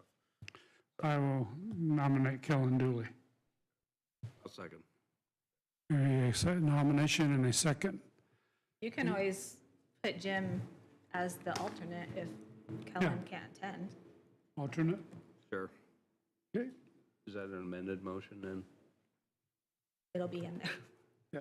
Yeah. She'll amend it. It's amended. All those in favor signify by saying aye. Aye. Aye, opposed. Kellen is approved. Drainage Board. I have a nomination. I would nominate Steve Kellum. For which, for citizen rep? Yes, no, No, it'd be Ag Rep. ag rep. Who's this? Steve Keller. First. Well, I think we need to, for the record, we need to make clarifications on this board because there's so much interaction of what's taking place. Actually, Bruce Bell was originally, please correct me if I'm wrong, but Bruce Bell took the position of Mr. Sanderson as the commissioner on that board, correct? And so, Correct. and so Bruce is moving, since Kellen is now, as a commissioner, going to be on the Drainage Board, Bruce is actually moving to my position as the citizen representative. And Jim is actually moving to the commissioner that Mike Watson was. So, no? Oh. So, We have to vote, we have to make a motion to put him in that position? Yeah, I mean, as far as one of the three commissioners to be on the board, you're talking about? No, for Bruce Bell to move to the citizen representative. I think any movement, you need to have an official motion for any movement or change of person, even if it's the same person, but if they're So filling a that- different role. yes, because Bruce will move to my position as a citizen rep. We can vote on that one separate. The motion is for the ag representative. You made the motion, correct? Yes, Yeah. yes. I made the motion for Ag Representative to be Steve Kellum. Comments, questions? I can, I'll tell you a little bit about Steve. I did interview Steve. Kellum Farms in the Garrett area. And one of my goals for the last 4 years now is to have a representative from southwest DeKalb County. That portion of the county has not had a representative on the drainage board, I think, since probably 20 years ago, Mr., what's the name, past commissioner from Garrett, Ort, Mr. Chuck Ort? Yeah, Chuck Ort.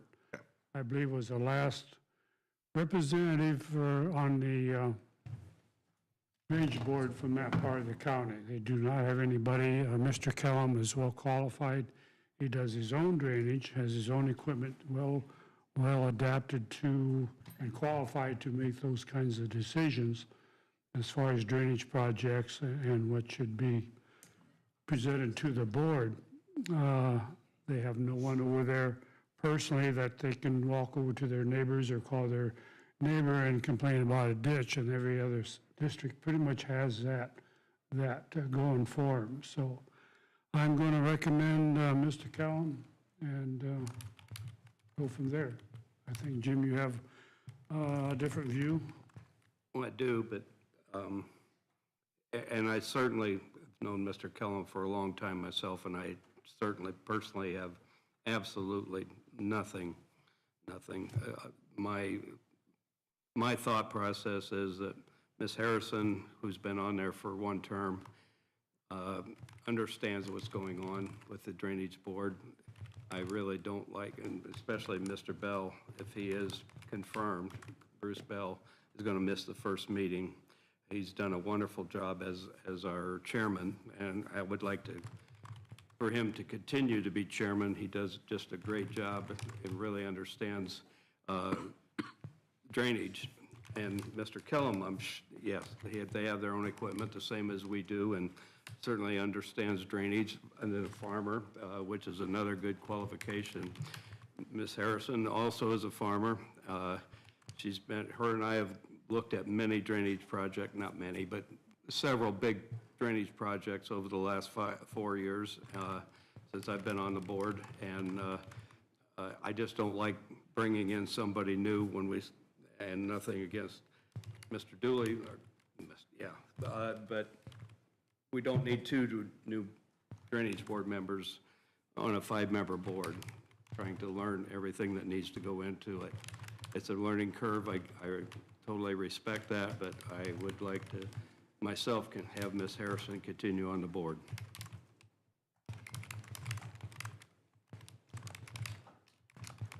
So I've been, One second. Did somebody second No. I did not hear any second Bill's? yet. we were just in the comment section, right? Discussion section We're before. having comment without a second. Normally it's back opposite, but Yes, I understand. no, Are we okay with that? I'm just I making think we're sure. okay with that. I mean, This is the one, we do it the a bigger lot. one to It's talk okay. about, We do so it a we just lot. needed to have a conversation about it, so. I'm just making sure I have everything on here right. So I've been torn on this one. It's been talked about. I prayed on it, looked into it a lot. I think Sandra Harris brings a lot to the table. I think Steve Kellum brings a lot to this table. Even to this moment, I still am torn between the two of them. But I think at the end of the day, I want to have somebody new to the program, that wants to get involved, to be involved. I don't want to shut down that option for him. So I will go ahead and second Bill's recommendation of Steve Kellum. Okay, we have a motion and a second on the floor. Any additional comments? All those in favor signify by saying aye. Aye. Aye. Opposed, same. Aye. Okay, let's go to the Bruce Bell to move him to citizen representative. To entertain a motion to do that. I would so move that we accept, continue with Bruce Bell or actually, let me start over. The motion should be that we move Bruce Bell to the citizen representative on the Drainage Board. That is my motion. And I'll second that. A motion and a second on the floor. Additional comments? All those in favor signify by saying aye. Aye. Aye. Opposed, same. Motion is approved. That concludes the Drainage Board, I assume. Kellen's going to take the other open commissioner spot, which I'm glad to see, Kellen. Welcome aboard on that position. Okay, IT Director Jack Smith. We have a Besha Corte, Beza, yeah, that's the new director. that's the new director. Is that by acclamation, or do we need to make a motion on that? usually if you're hiring someone, you need to make Well, I mean, he's already been, he's been been acting in employed here. So, well, and that's the same, like on Drainage Board, the administrative assistant, it was Michelle, where Rebecca Wright is who replaced her in that office. She's who comes and does those meetings. So I think in the past, they have just motioned for those as presented, but since you're doing them singly, then you probably should do them each. Let's just go ahead. So we should back up to Rebecca Wright. Okay. I would so move that we accept Rebecca Wright as the replacement for Michelle Lassiter as the administrative assistant for the Drainage Board. I'll second that. A motion and second on the floor. Additional comments? Just that for the drainage, I know like with the Plan Commission, and I don't see, is Chris? Yeah, he's back there. I believe the Plan Commission itself hires its secretary, but apparently the Drainage Board secretary is hired by the commissioners? I just wanted to clarify that. Right, because the Drainage Board Secretary is an appointment of the, By, right. and not by the Plan The Commission. Plan Commission is, Okay, I just wanted to clarify that. their secretary is appointed by the Plan Commission, not, so totally separate. Okay. Thank you, Sounds Chris. good. Well, I just wanted to clarify that, so, yeah. We, on the Drainage Board, though, we have every year made that recommendation in the past that Michelle be the, On the board itself, right, we did. Good point. so are we being redundant? Say that one more time. So the administrative assistant for the Drainage Board serves as your secretary as well, Correct. right? Okay, so Yes. just, So, okay. So again, my question is, are we being redundant since the Drainage Board actually makes that motion second and passes that? In the past, it's been Michelle and now will be Rebecca. Since the Drainage Board does that, should the commissioners, I mean, who's in charge? quick question for Yeah, but maybe the Drainage your Board doesn't Drainage have. Board attorney, I would. Well, if it can't hurt to do double. I mean, so if they're going to approve her, then just vote and approve her and it should be okay. Okay, so That's a motion. I'll leave my motion as presented. I already seconded it. A motion and second on the floor. All those in favor signify by saying aye. Aye. Aye, opposed, the same. Motion is approved. Now let's move down to Jack Smith, and I'll entertain a motion on that position. What you say is me. Beza Corti. Beza Corti. Beza Corti. I would nominate Beza Corti for the IT director. Second. A motion and second on the floor. Additional comments? All those in favor signify by saying aye. Aye. Aye, opposed, same. Motion is approved. Solid Waste District. I'm currently on the solid waste. Jim, this is kind of, would you be willing to take that position? Yeah, I will do my best. Would you, are you going to be the alternate? I'll be alternate. Okay, I would agree to be alternate. I'll let you make Motion, Callan? I'll make the motion that the commission representative for Solid Waste District be Jim Miller, with the alternate being Bill Hartman. I will second. Any additional comments? All those in favor signify by saying aye. Aye. Aye, opposed, same. Motion carries. A little comment on that, Jim's, I will accompany Jim to the meeting this Thursday at 5:30 to that board, so we'll kind of get him on board and acquainted. Moving on. Airport Authority Board. Jerry Korchich. I talked to him personally. He wants to be on. Everybody on the board is very happy with what he's been doing on the board, so I'd make the motion to reappoint Jerry Korchak? Yeah. Thank you, to the Airport Authority Board. second. A motion is second on the floor. Additional comments? All those in favor signify by saying aye. Aye. Aye, opposed, same. Motion is approved. Now, well, that's one we're going to put on hold. Auburn Extraterritorial We Jurisdiction. have the Alcohol and Tobacco You do Commission. alcohol. Oh, alcohol, I'm sorry. Very real. I assume he does a good job and Yeah, he's I didn't get a chance to talk to him, so, I mean, been I'm fine on with that. I it just for a don't know long if he... time. yeah, I've known him and an outstanding citizen, Yeah. and I would so move we reappoint Terry Rail to the Alcohol and Tobacco Commission. I'll second that. A motion second on the floor. All those in favor signify by saying aye. Aye. Aye. Opposed, same. Mr. Rail is reappointed. So we're going to skip over the Auburn territory, extraterritorial jurisdiction until we get a I Democratic. have an Auburn City Plan Commission too. Can I make a comment on the extraterritorial one? They have to live within the extraterritorial jurisdiction as well, so that lessens that 4,500 number. That pot. But I'll work with Suzanne to come up with a list of names, and hopefully she knows someone that she can talk to, if you guys are okay with that, and then the next Yeah. meeting we can come forward, and we'll work with the Auburn Planning Department. She's our Plan Commission rep to the Auburn Plan Commission too. That- So Can I be a Democrat too? Is Yeah.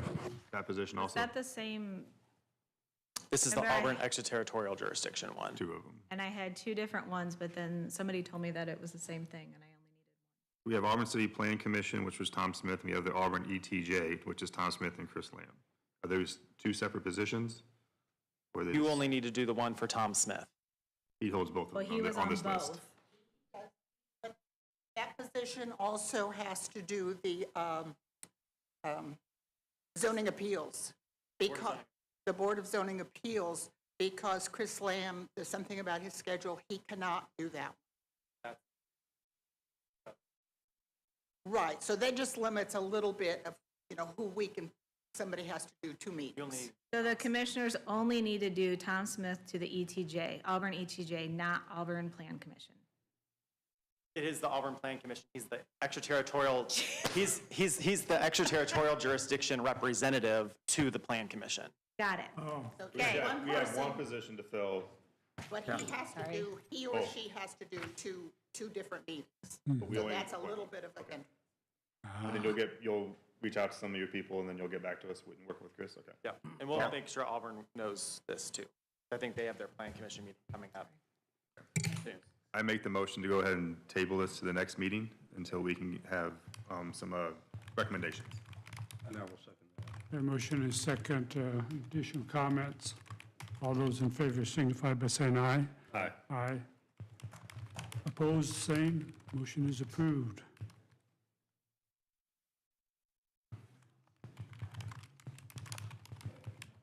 One quick question, clarification only, on Christopher Lamb. Is he automatically reappointed? His term's still going. He's 27. Oh, okay, my He was apology, 27. my apology. Okay, the next one is Butler Plan Commission and ETJ. Adam talked- Staley? I talked to Adam Staley, he would like to stay on there. I've heard good things about him, he's doing a great job over there, so I would recommend Adam Staley as the Butler Plan Commission ETJ. Second? A motion is second.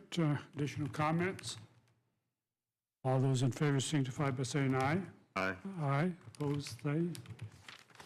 Adam is reappointed. Community Corrections. Rick, you still here? Rick, I have a question for you. So on the Community Corrections Board, it says County Council Amy Dembski. Do we pick somebody, or is that from you guys? Yeah. Okay.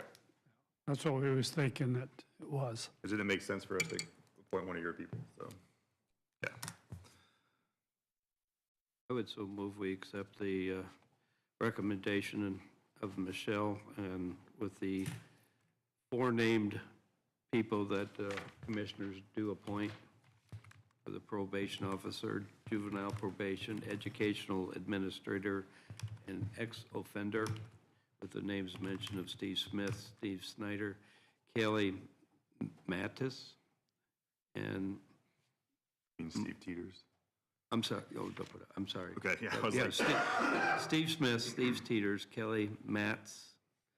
Mathis, and Michael Lapham as presented. We have the So commissioner representative to put on that board on the next page.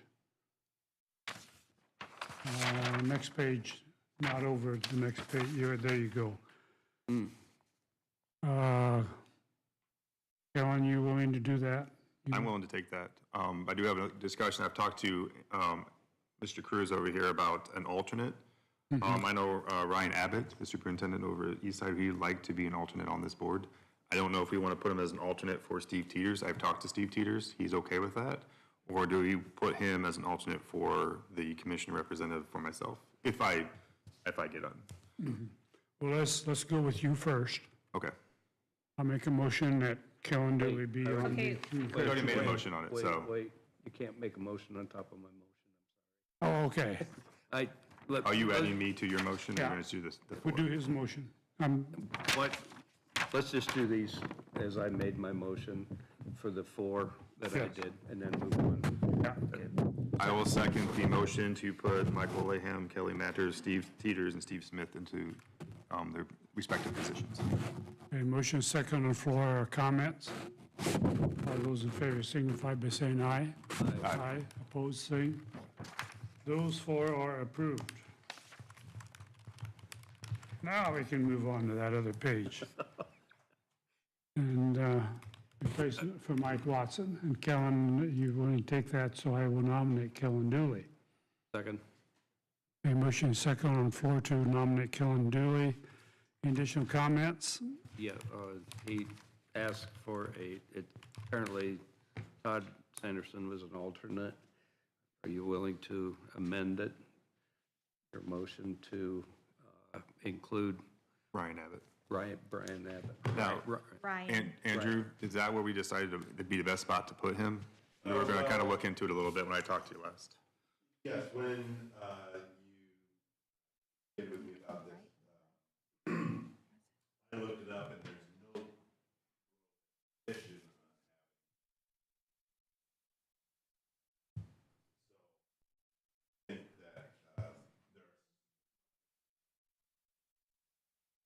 they have to be chosen for certain community corrections like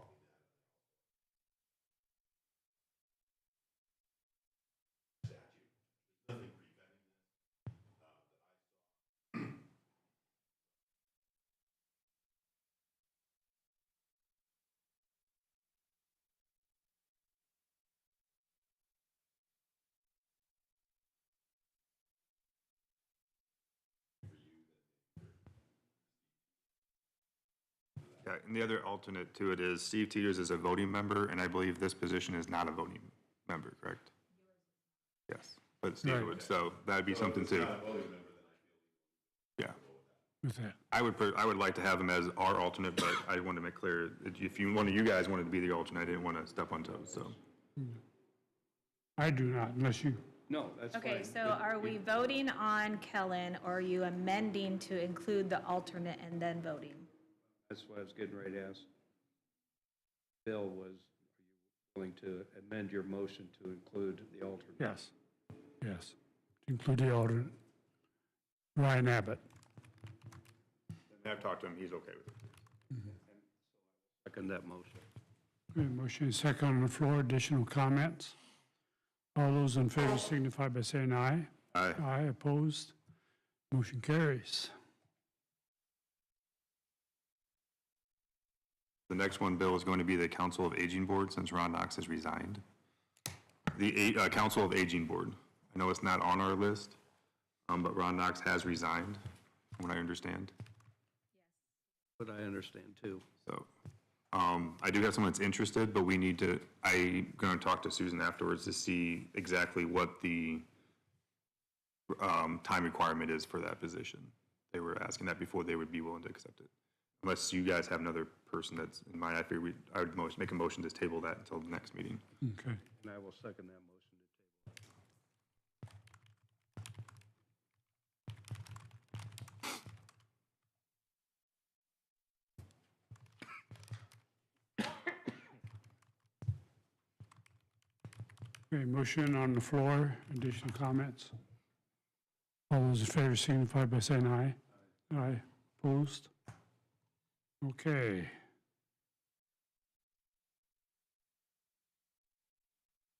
This is the, okay, we gotta go on down to member EMS Oversight Committee. I believe Kellen would certainly fill that job, knowing. I've already talked to Parkview and I will be resigning into the month. A motion? You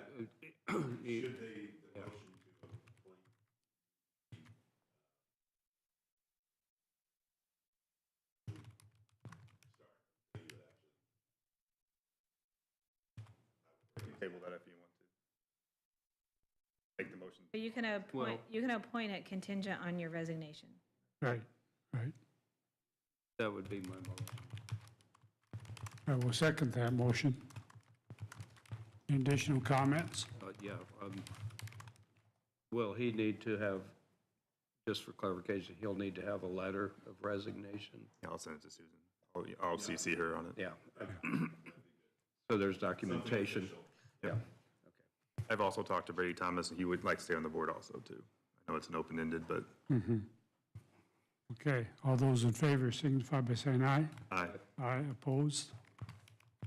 You're it, Kellen. Thank you. Garrett Public Library Board. Rachel Haynes. She's out. Yeah, she resigned. Shelley Vonderow is who they requested. I would so move we accept Shelley Vonderow for the Garrett Public Library Board. I also have Garrett. Garrett. I also have, What'd I say? I also have Doug DeMint was interested in that board, too. Who? Doug DeMint. He lives in Garrett. He's a school bus driver. He likes to be involved with the kids at the school board, at the library, though. So. This was before I saw that they had a recommendation. So, nothing against Shelley? Shelley. I didn't have that information when I was talking to Doug about it, so. How do you spell that last name? DEMINT. Like it sounds, yeah. I believe. Normally, on these boards that both the council and the commissioners appoint to from other jurisdictions or other places, it's normal to accept their recommendation. So I would suggest that you stick with the recommendation from the Garrett Library Board. That's reasonable. I just didn't know they had a recommendation when I talked to Mr. So I wanted to put the name out there, so I did talk to him. He did want it. Leave it up to you. Still stick with my original motion.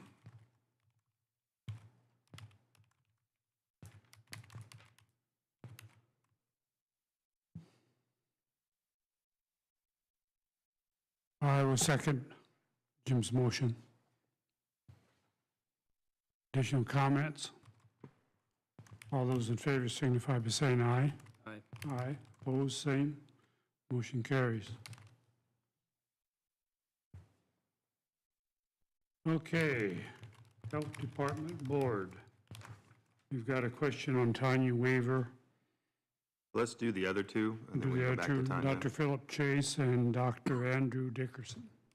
So I talked to Mark Souter. He is very happy with them. I didn't get a chance to talk to Dr. Chase or Dr. Dickerson, but It's Dirksen, sorry. But from what he told me, they want to stay on the board. So I'd make the recommendation that those two continue to serve on the board. Okay, motion and second on the floor. Additional comments? All those in favor signify by saying aye. Aye. Aye, opposed? And then, Andrew, if you want to explain the Tanya Weaver situation. Yes, there's a statute that determines various different categories of people you can choose from to appoint onto this board. And from the sounds of it, Tanya Weaver fit the category in the statute of school superintendent. Now she is not, as far as we know, at least a school superintendent within DeKalb County. And I'm not sure if she's working for Trine, that would fit the definition of a school superintendent in any position there. I mean, maybe president of the university or something, but So then the question is, does she fit any of the other categories? Like, I think there was maybe pharmacist, an attorney with healthcare experience. You have the statute there. I think you took it back, but. So when I was doing my homework on this and looking at the statutes of these, I came across this. I have nothing against Tanya Weaver. I prefer to keep her on there, but the statute states it has to be within these certain rules to be on the board. And I'll give you guys the statutes on it. So I'd like to table this until we figure out if she fulfills that role, because I want to make sure we're fulfilling the statutes. Is that a motion? Yes. I'll second that. A motion and second. Comments? All those in favor signify by saying aye. Aye. Aye. Opposed? That is tabled. As long as she Homeland fulfills one of Security those. Advisory Board, Commissioners Representative. I'm sorry, Bill, what? Homeland Security Advisory Board, Commissioner Representative. I'd be willing to do that. Second? I'll second that. You gonna second that? I said Who's I'd be gonna- willing. I didn't make the I'll make the motion. motion of it. I'll make the motion to put Jim Miller as the Homeland Security Advisory Board. And could we do an alternate on that, or is it, Sure. and then have me as the alternate, if you don't mind? John is alternate. I will second that. Just All those because in- of, with the other EMS boards and stuff, it's all gonna kind of work together, so. Comments? All those in favor signify by saying aye. Aye. Aye. Opposed?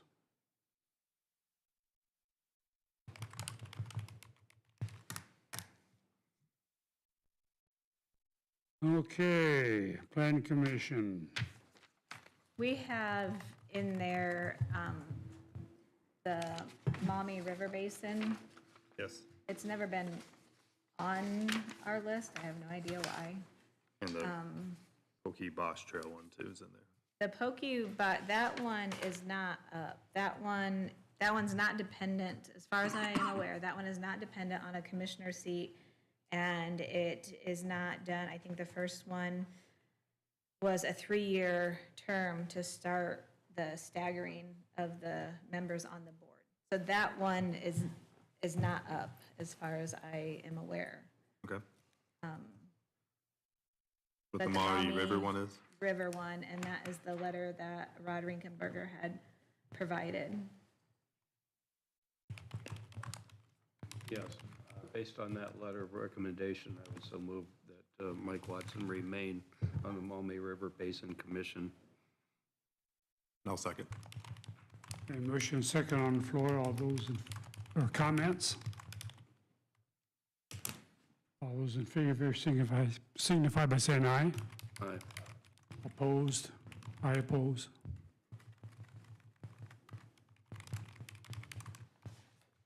Planning Commission? Okay, Peterborough Board. Paul? Plan Commission. I think Plan Commission. Yeah. We got I had interrupted you. We have the citizen representative, Frank Pulver, and then we have the commissioner representative. Oh, yes, I'm sorry.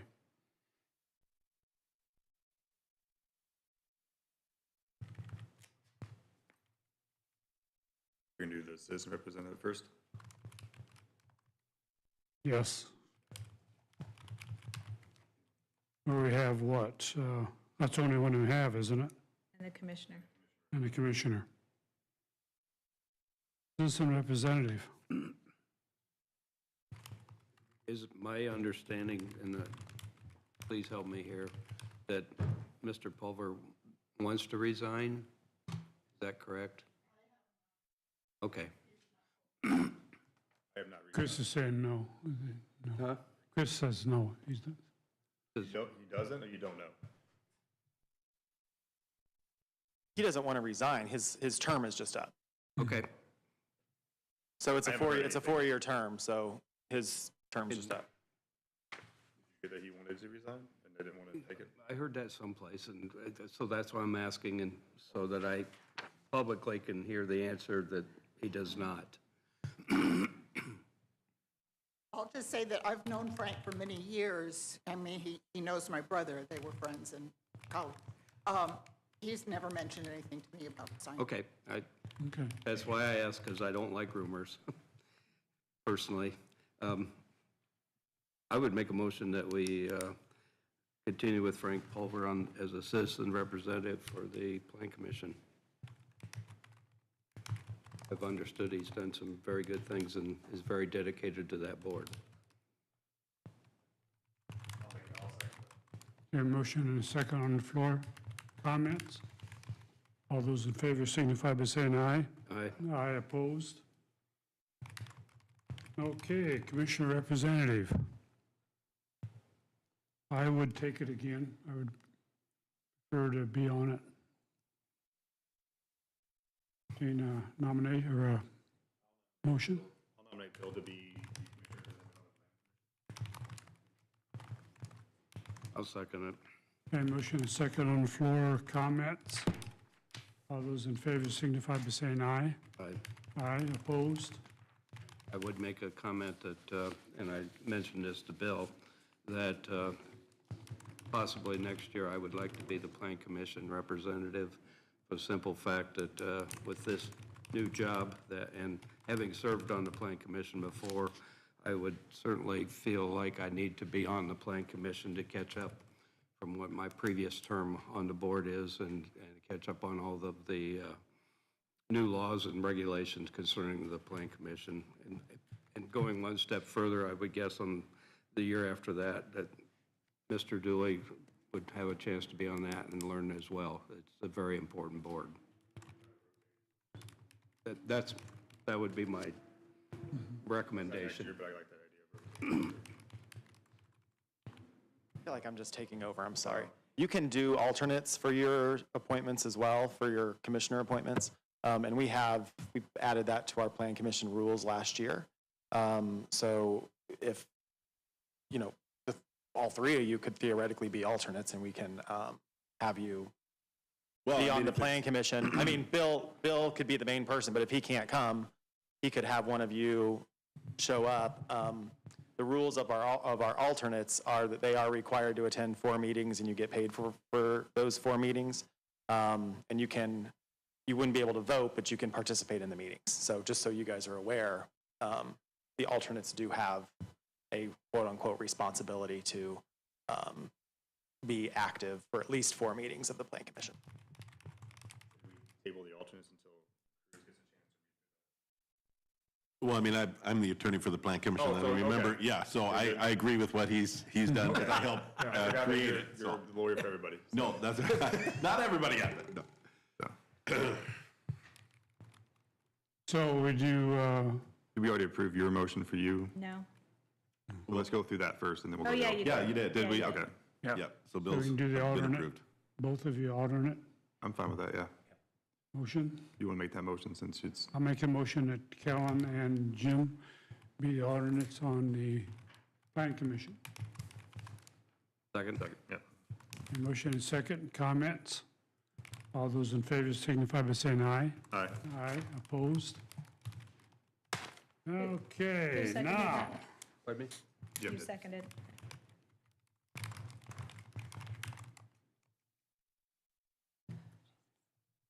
Kokabach Trail, That one we don't need. that's not up. We're on the PTA BOA board. Peterborough board. Peterborough Board. Sheila has requested all 3 be retained on that board. We need to have Susan come up and So, say that you're okay with not following the recommendations of being a Democrat on that board. it's Peterborough. The PA about the one that you said you're okay with not having. So you probably should vote to waive the political party and assessor level requirement and then reappoint them. Well, that's fine. I just wanted to have her officially say that she's okay with that, so there's no issue, that's all. Okay. Motion to waive that requirement. I'll make the motion to waive the requirement of, what is it, Susan? The political party Political party and affiliation and certified assessor level. certified assessor level. A motion second on the floor. Comments? All those in favor signify by saying aye. Aye. Aye. Opposed, same. Motion is carried. You want to make a motion for 3 people? Wait, what's- Pardon me? Now we got to make a motion on those 3 people. On what? On the 3 people? The appointees. The reappointment now. Oh, the Peter boy. Okay. Yeah. Yep, I was going to make a motion that per Sheila's recommendation and request, we do the reappointment of Charlotte Sunken, Ron Dickey, and Linda Middleton to the PETA-BOA Board. I'll second that. A motion second on the floor. Comments? All those in favor signify by saying aye. Aye. Aye opposed. Now we can move down to Public Defender Board. Kevin Kent Likes. I would so move we accept the recommendation for Public Defender of Kent Lakes as presented. I will second that with the comment. I have not talked to him if he wants that board position or not, but I'll second it. Okay. A motion second.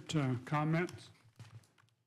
All those in favor signify by saying aye. Aye. Aye opposed. Motion is approved.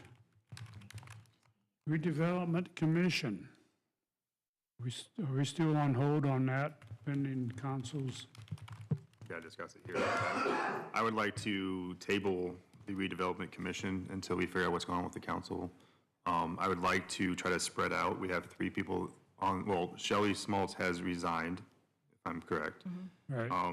I would like to see what the council is going to make on Wednesday, the recommendation, because I'd like to try to spread that out among the county. Okay, there's a meeting Wednesday. Redevelopment has a meeting Wednesday. Right. Are they in danger of not having a quorum? Like, You may not know the answer to that question, so I don't know. I don't know. The only one that I know isn't is Shelley. Okay. I mean, can they all still meet even if they're not? That's the thing. If there's nobody officially appointed, it depends, I suppose, on statute whether or not the commission. If their terms are up, that could be an issue for their first meeting of the year. Yeah, they're only year. They're on a year to year, They're a year-to-year thing. unless there's some savings clause in the statute on it. That which part could I look don't know. up. I mean, I just would like to spread it out among the community because there was 3 people in Auburn, and I'd like to see more representation throughout the community on this board. So, I mean, we can do Chris Pranger. I would recommend, make the nomination for Chris Pranger to be back on the board. Is there a reason why Rick wouldn't? Because I don't know what the council, if they're going to put Mr. Good is in Auburn also. And I'm trying to spread it out among all the Yeah, this counties. needs to be spread out. This is a must. I have no problem with Dr. Norick. I just want to make sure that it gets spread out coming from the Auburn. So I would like to wait until the recommendation of who they're going to recommend in the area that they're going to put before I make another nomination. Yeah. I think I may have something that helps what you're talking about, Kellen. I'm looking at the commissioners' terms of office, and it looks like each redevelopment commissioner shall serve for 1 year from the first day of January after their, from the first day of January, after the commissioner's successor is appointed, and until the commissioner's successor is appointed.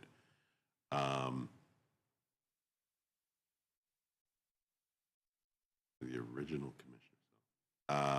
It looks like until their successor is appointed, they might continue, is what it looks like to me. I mean, their attorney I don't represent them. That's the one board you're not on? Well, there's, yeah, I don't represent that commission. Because there was some stuff was brought up about the TIF district with the SDI and New Millennial that is being worked through, and so I would like to kind of see how that works itself through, but.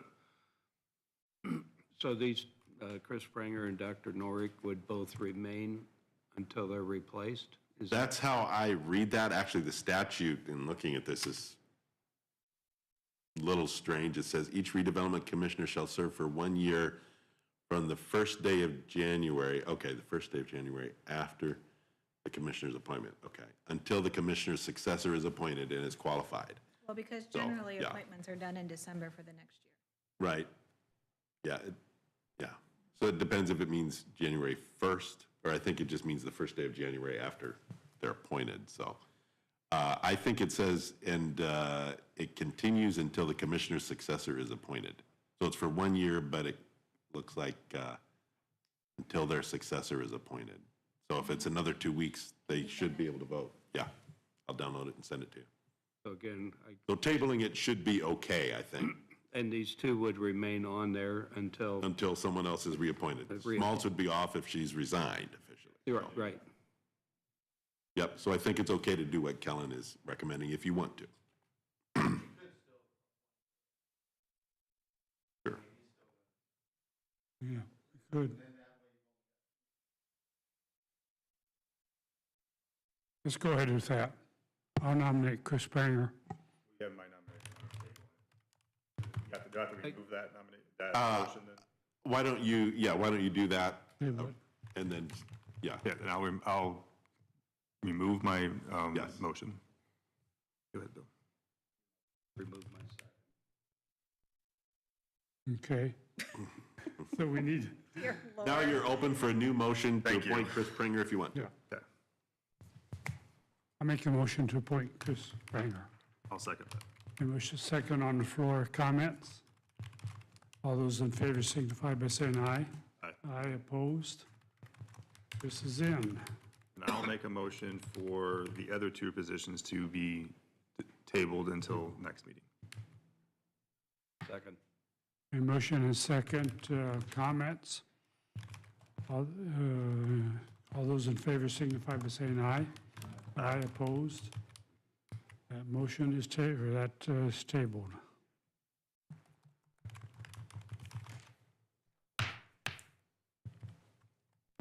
Tourism Board, Damian Dunn. I talked to Damien over the weekend. He's very interested in being in it again. He said he's doing great work there. I've heard good things about him, so I would make the nomination to reappoint Damien Dunn to the Tourism Commission Board. Second. A motion and second, comments? All those in favor signify by saying I aye. already have it. Aye, Aye. opposed? That concludes the list. No. I'm back. Did you do your representative to the BZA? I don't know if I sent that to Susan. I'm looking at my list now. I and don't I'm like, remember oh, us shoot. discussing You that. did not. Mom, sorry. From our list of plan commission members, the commissioners, county commissioners have to appoint a member from the plan commission to the Board of Zoning Appeals. Frank Pulver was that plan commission member to the BZA. Okay, so I show that he doesn't expire until 26. That I appointment? believe it's annually. The BZA one is? If you want to, do you have more to go through? I can Google it real quick and see. Well, according to what I have, and it might not be right,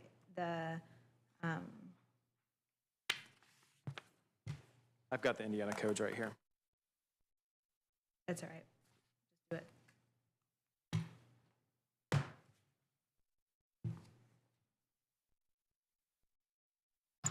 Give me just a second, sorry.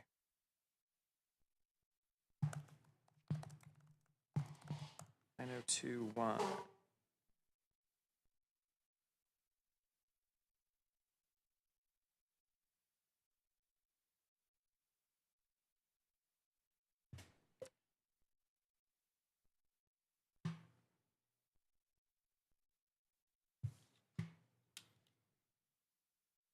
Oh, 2 years. That's what's.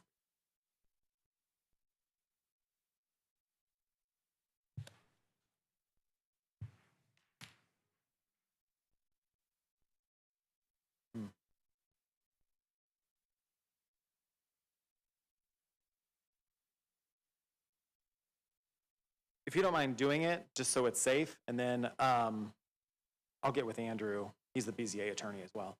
And we'll make sure that we we have our numbers right. I tried to go through this, so I'll just make sure. But if you don't mind doing it, just so we're safe, we do have a BZA meeting coming up on next Monday, so we need it done. Would so move that we accept Frank Pulver as the commissioner's representative on the BZA.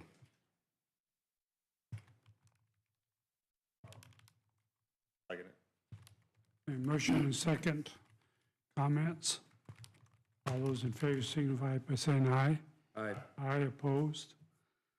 Thank Paul, it is.